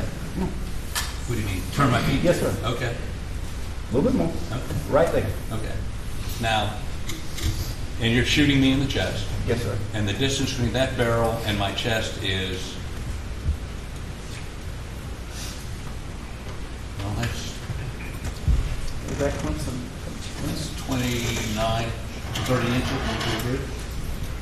30 inches? 30 inches, that's what this says to me, 30 inches. Yeah, with this shotgun. Okay, right. And so I would get, I mean, just a minute ago, we said at 36 inches, or you said maybe it was closer. I mean, is this consistent with Stiflin? Yes, sir. Within Okay. 5 foot. Yes, sir. Okay. And when we had it before, and you were shooting up at me, it was about the same distance, maybe six more inches between the barrel and me, right? And there's no Stiflin. Okay. Okay. You're the expert. What does that mean? Well, he also has, I don't know, I can't answer that. Could it be? Well, I mean, on that first shot, we know, you say that he was, you say he was the whatever you call it, the thing ejects. What's it called? The ejection port. There you go. The ejection port had to be inside the room. Yes, sir. For Well, the second shot, now all it had to be is pointed toward the room. why? Because it's going to eject to the right, so if this is the door frame and I've got the ejection port pointed toward the room, it's going to eject into the room. The You would first shot, because it was straight on, had to be at least past the door frame. Right. But the second shot if the ejection port was Pointed toward the room. pointed towards the I could room. be this far away from the door, the second shot, and the ejection port would still throw it that direction. So doesn't that change the calculation here on how far away that gun was? Because the ejection port on this, is that it down there? Where is it? There it is right there. The ejection port is, who you disagree with me, about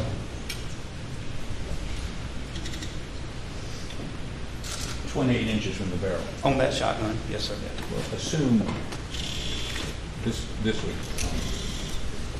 a possible shotgun, although it doesn't match up with the ejected marks on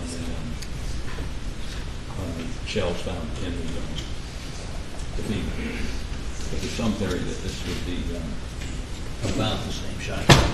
So you would agree with me that the shooter would have been, how about show me again how low they would have been holding this?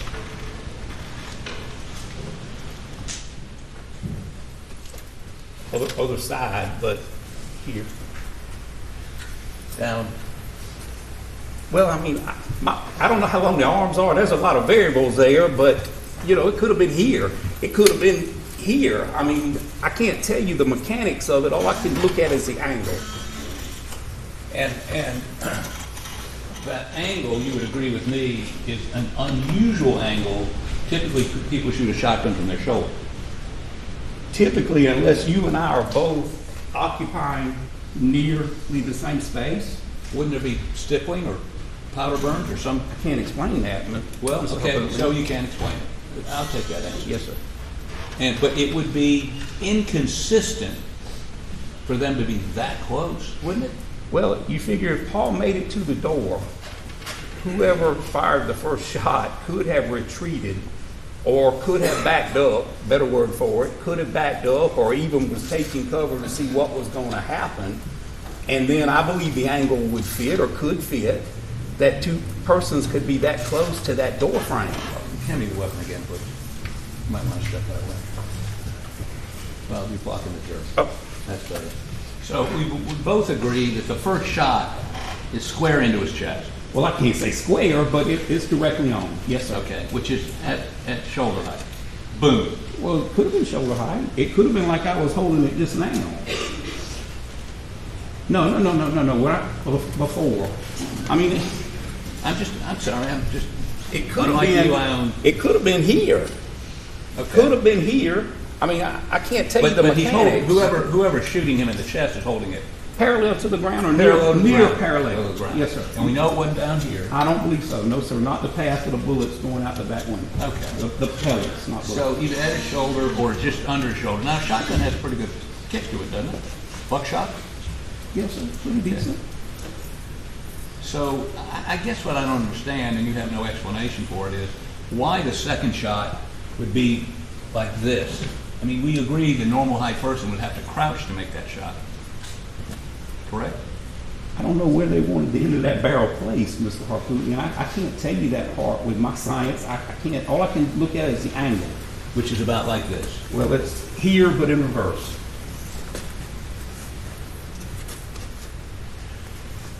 Which is about like this. Correct? The barrel would have to be, okay, like that.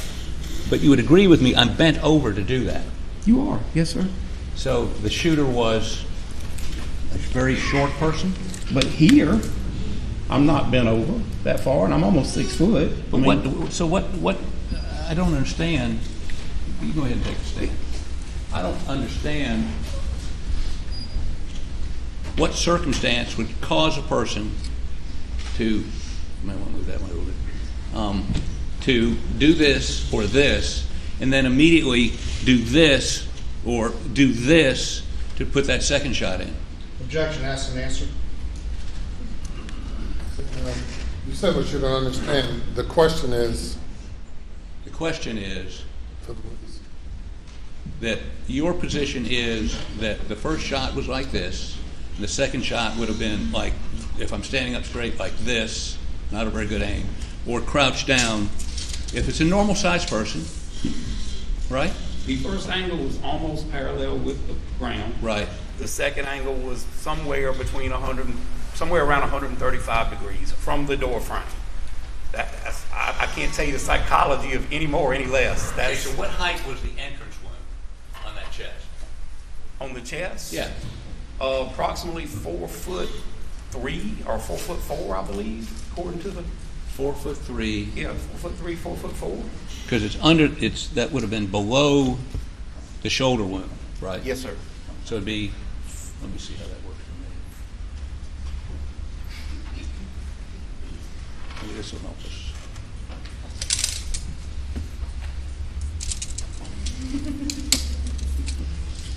Two, 3, 4, 4 foot. You think 4'3"? I'm fairly certain, yes, sir. Did you trust me that's 4'3"? I believe, yes. Okay, and I'm about 5'10" on a good day. So that would be about right for me, wouldn't it? Yes, sir. Okay, so that first shot, if it was on that person's shoulder, if they put it on their shoulder, they would have been approximately, was there any way to figure out? I don't know a scientific way, Mr. Harpootlian, unless you had a tripod that you could hold the gun and shoot it many times, the actual gun, and measure it. I don't know the scientific. If it is one, it's way out of my purview.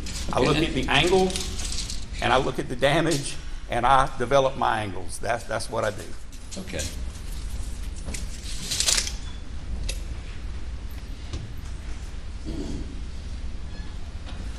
Okay, I think I'm done with the gun. You can have a seat.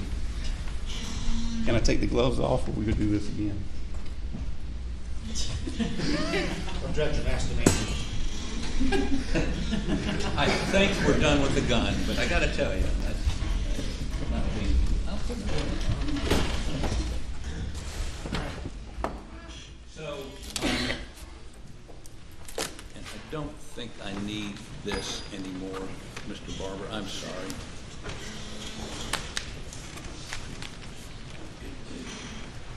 Were you able to find what I wanted? Where is it? Doesn't exist.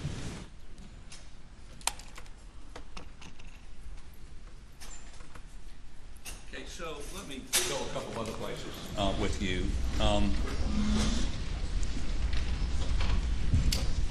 You were hired on, December 22nd? I think it was in November when I first got to review the evidence, and I think I was hired in October. I can't tell you the actual date on my retainer, but it was several weeks after that before I ever got access to evidence. Okay, so you read a crime scene reconstruction done by a guy named Bevel from Oklahoma, did you not? I did refer to, I did read that, yes, sir, but I did not depend on that to make my determinations. No, I'm just saying. Okay, yes, sir. For purposes I did of, review that, yes, sir. Okay, and do you remember when he generated his report? I don't, Mr. Harpootlian. Would it surprise you if he generated it in 2022, early? Several months before you even asked, right? Yes, sir. Okay. And you were their second choice? I don't know if I was their second choice. I was a choice. Okay. Let me make sure I understand the date of Mr. Bevel's report. So he issued a report in March of 2022, and you were not asked to get involved until October of 2022. I had a phone call early, shortly after. I don't even remember who I talked with, but someone called me shortly after the homicides and asked me if I would mind taking a look at stuff, and I said I'm always available to help if I can. Okay. Now, the other things that you looked at, let me just make sure we understand what you looked at. You had a David Green recording of June 7th, 2021. You remember looking at that? Body camera, yes, sir. Right. And in that body camera interview, when they talk to Mr. Murdaugh, he indicates the phone had fallen out of Paul's pocket when he tried to check his pulse, and he put it on. It didn't explode out of anywhere. He put it on that picture that you introduced just a moment ago. He put it on his rear end. Correct? It may have said that in the body Okay. cam. So there was no exploding out of any pocket, right? I don't believe it did, and that's what I said. Someone other than Paul put it there. Okay. Now, you had a SLED crime scene investigator summary. Was that by Agent Worley? I read several SLED reports, but Agent Worley's report was one of them. Yes, sir. Okay, and you digested everything in that report that was relevant to your inquiry? I read those reports just so I have the knowledge of it, but what I can work out on my own, even if it contradicts their results, I like to make my own. For instance, conclusion. she had very distinct measurements on shell casing location, right? Yes, sir, I believe they And did. you relied on that, certainly, in looking at shell casing placement. When you say shell casing, are you I'm talking about where the Blackout 300 shell casings were. I looked at the path. I did not look at the measurement per se because, like I said, the shooter moving, the victim moving, not having the rifle and be able to say exactly where it throws that shell casing, I don't get too involved with that. I'll look at the general path where they're at, but as far as so many feet, so many inches, I don't pay a lot of attention to that. And I'm not asking you that, but it would show you the path of the shooter, would it not? Well, like I said earlier in my testimony, it could or it may not. You can't look and say a shooter started here and ended here because he might have went from here to here and back to here. Well, So let me rephrase that. Not necessarily the path, but at least you would know generally where the shooter was during, if you look at the coagulation of all those shots. For instance, what we see, if you remember correctly, is a number of these shell casings. There's one sort of back on the gravel road, and then all of the rest of them are located in a fairly small area on the grass, and then there's one under her, right? yes, sir. Okay. And that would show you, at least generally, I mean, the one under her had to have been a shot that was fired while she was upright and fell on it, correct? I would agree with that assessment. Okay. But it'd give you some general idea where the shooter was. General idea. Not General that- idea, somewhere within 5 foot, 5 or 6 foot, knowing what I know about those rifles, it's not going to throw it 20 foot or 30 foot. It's going to be confined to that area, and all I can do is probably put a general perimeter within, a couple yards at the most from Miss Maggie Murdaugh. Did you look at the autopsy report? I did, yes, sir. And the autopsy report, Dr. Reamer indicated the angle of the shot, we've talked this to death, was 135 degrees. I really wasn't aware of that, but I look at the photos more than the report part. Okay, hold on 1 second here. Let me see if I have it. Let me ask them to find something. Your Honor, pardon.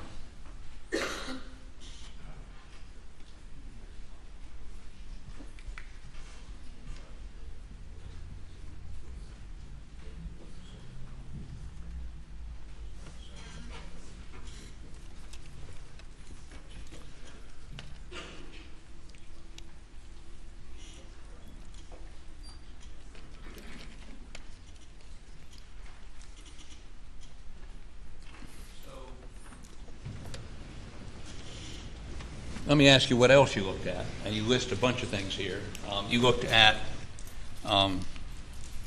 lab photos of victims' clothing, trace reports, DNA, CS. What's CS photos? Evidence processing. What's CS mean? Crime scene. Yes, sir. Okay. So you looked at the crime scene photos. There were 449 of those, or at least the ones that were relevant to your look, what you were looking at, right? Yes, sir. And a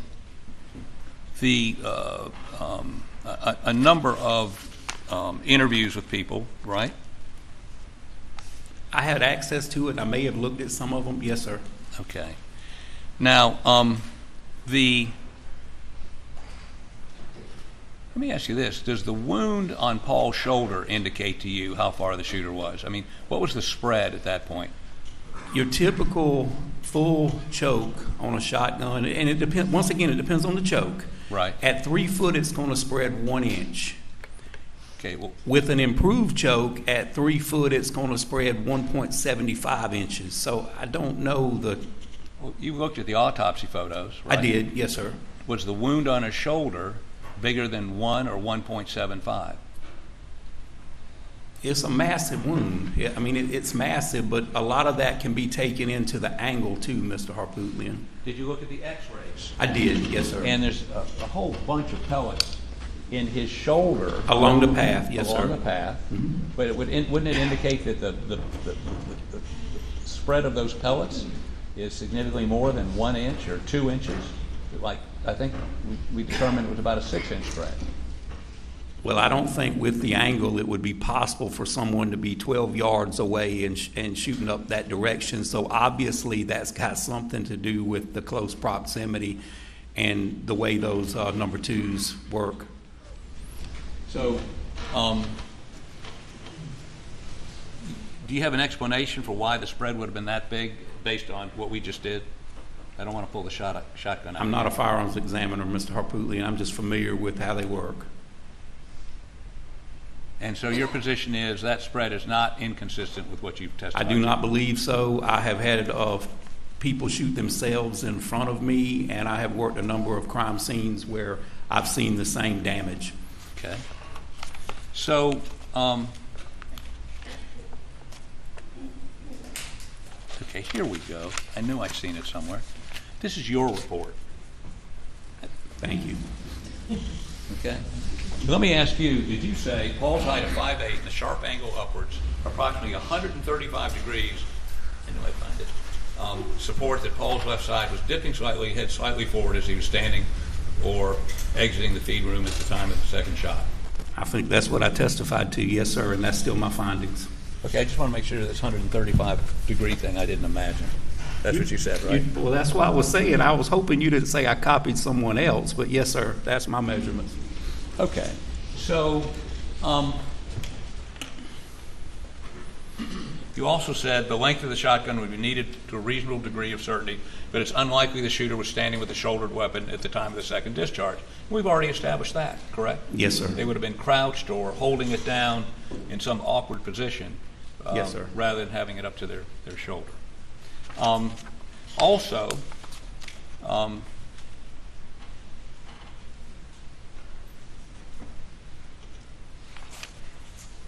me see if I can finish this. You don't have, you do, in your opinion, IQ 7. It is my opinion that the exact position of the shooter cannot be determined in relation to Margaret, correct? Yes, sir. Do you have the most accurate information available to narrow down the position of the shooter's position is the physical location, position of the deceased, bullet path of known wounds, stippling, or lack of physical damage caused by those wounds. So you came across no data that would allow you to determine trajectory with any degree of certainty as to Maggie. No, because the victim and the shooter could possibly have been moving.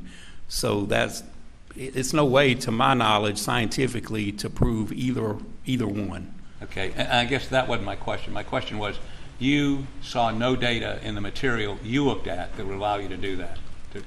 Other than the pathologist measuring the angle of her stomach wound and her thigh wound, and they were very similar angle, that's about all I can tell you, Mr. Harpootlian. Okay. And let me deal with a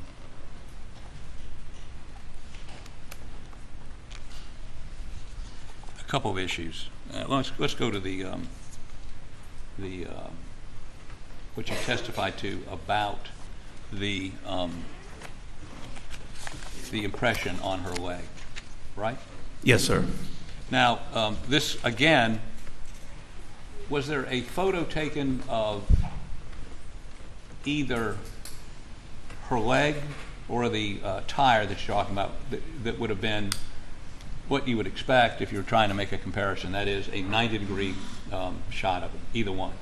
And no, sir, and that's why I explained that I can't call this to the exclusion of all others. if I was going to make an absolute identification, I would require a scale photograph. Right, and there's no scale in either one of those. No, sir, but I got it close, but still not close enough for me to call. I used the scale at autopsy that the pathologist used on the back of Miss Margaret Murdaugh's leg, and I went and did research on the tire, and I actually know the type of tire, and the only problem is it comes in a 9, a 10, and an 11-inch front tire, so I have no way to scale that without the actual tire. So you're not telling this jury that it's your opinion that that tire caused that impression on the back of her leg? What I'm telling the jury is that is a class, they share the same class. It's called an association, and in my opinion, either that tire or a tire just like it caused that impression. Well, let me ask you this: by the time it got to the autopsy for leg, whatever mud was on there was washed off, right? There was no, in those autopsy photos, all you see is a bruise, correct? That is correct. Okay, and so the only evidence you have is that there was some mud stuck on the back of her leg, with those specific details, right? It's an impression in mud, yes, sir. Okay, when you looked at the tire pictures, was there any mud on them? There are, specifically those treads, and like I pointed out earlier, you can actually see unique random characteristics. In a perfect world, if I would have had a scale myself, I would have called that all day, and my technically reviewer would have called it all day also, but I'm not allowed to do that. You're not allowed to do that because you may be close, but you can't say with definity that tread caused that defect on the What back. I can say is that, in my opinion, that impression was created by that tire or a tire with similar characteristics. Did you look at any black and white images of that what you call a tire impression or mark on the back of her leg? I did. I made it black and white, yes, sir. Okay. So, okay. We can go round and round about how sure you are, but I'm not going to do that. Let me ask you sort of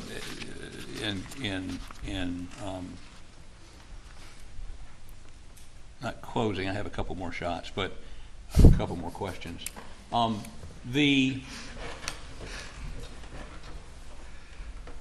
strike that. Let me check one thing with my folks over here, and I'm probably done. Can I stand for a moment, please? Your Honor, thank you. Somebody stand. How about that?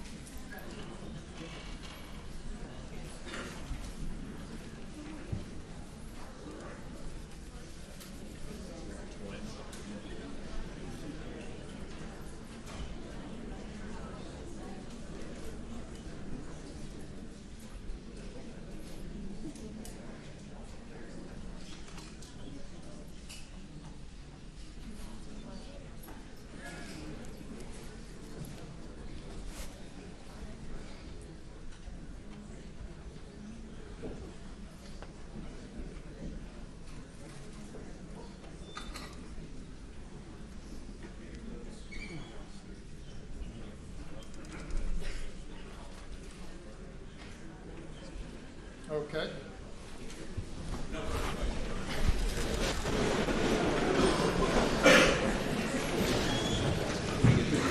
And you read that? Yes, sir.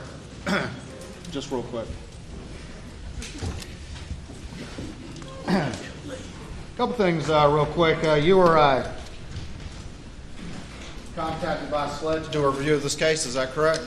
Yes, sir, it was. And were you told any particular conclusions to come to, or did you do a fresh review and then arrive at your own conclusions of your own independent judgment? Every conclusion I came to was in spite of any pre-existing conclusions. I made my own conclusions. You were asked a little bit about the tire mark impression, and were you relying on the crime scene photographs of Maggie Murdaugh at the scene? Yes, sir. And did you see mud, which is the impression that you examined? It is. Yes, sir. And from your review of the crime scene, was there any other ATV in the vicinity of where Maggie Murdaugh was found, except that tire you looked at, the picture of it? That's the only one I observed. And you said it either had to be that tire or a tire with similar characteristics Yes, sir, that's my opinion. on the ATV that was at the scene. Yes, sir. You were asked a lot about shell casings, and you pointed out that they can be thrown different feet and can move around, and shooters can move as well. Is that correct? That is correct. The shell casings, though, that were they located in this area around the feed room as to where Maggie Murdaugh was found? They were. And you said them shell casings ain't gonna get thrown 30 feet, right? No, sir, not in my experience.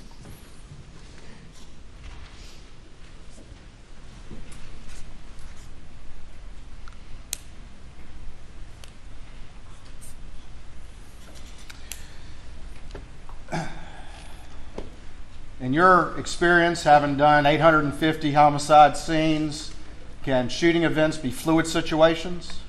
That's death scenes, but the answer is yes, sir. The victims can move, Yes, sir. the shooter can move, Absolutely. people can change their aspect of how they're positioned at any given time? Because of the moment. I don't know if I can get to it on that easel. Y'all went through the whole thing, drawing and all the rest of it. But what y'all were drawing, that was actually reversed from how everything happened. Is that correct? It was.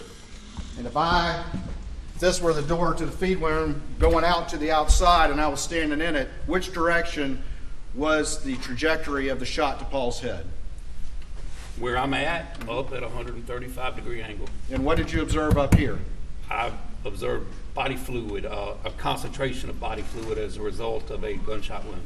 Defects in the door as well? Absolutely. And what's a defect? What does that A term mean? defect is damage caused by a projectile, whether it be a pellet or a bullet.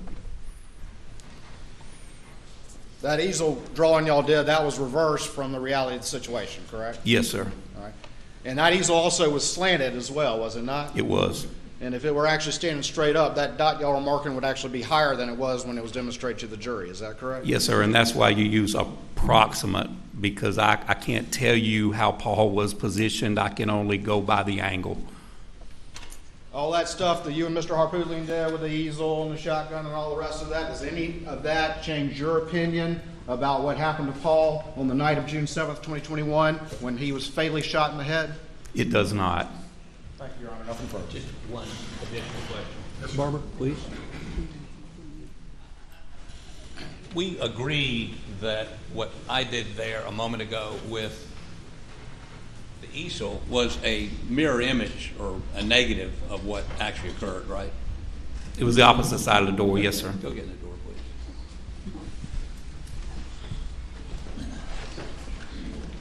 Mr. Barber, in the interest of justice, has allowed me to point the shotgun at him, Your Honor. It is. So we agree that if he's standing in the doorway, the shooter would have had the shotgun, and how about turn a little bit to your, turn that way? A little bit more. A little bit more? Yes, sir. Okay, the shotgun would have been about like this. About here. About like this? Yes, sir. Okay. Okay. So that's the trajectory, that's where the barrel of the shotgun would have had to been. In my opinion, yes, sir. Okay, thank you. No further questions. You may step down. Thank you. Yes, sir.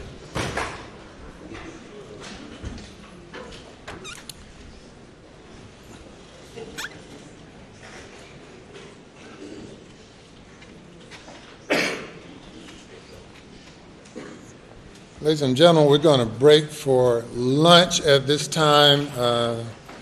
Members of the jury, I'm appointing juror number 826 to be the foreperson of the jury.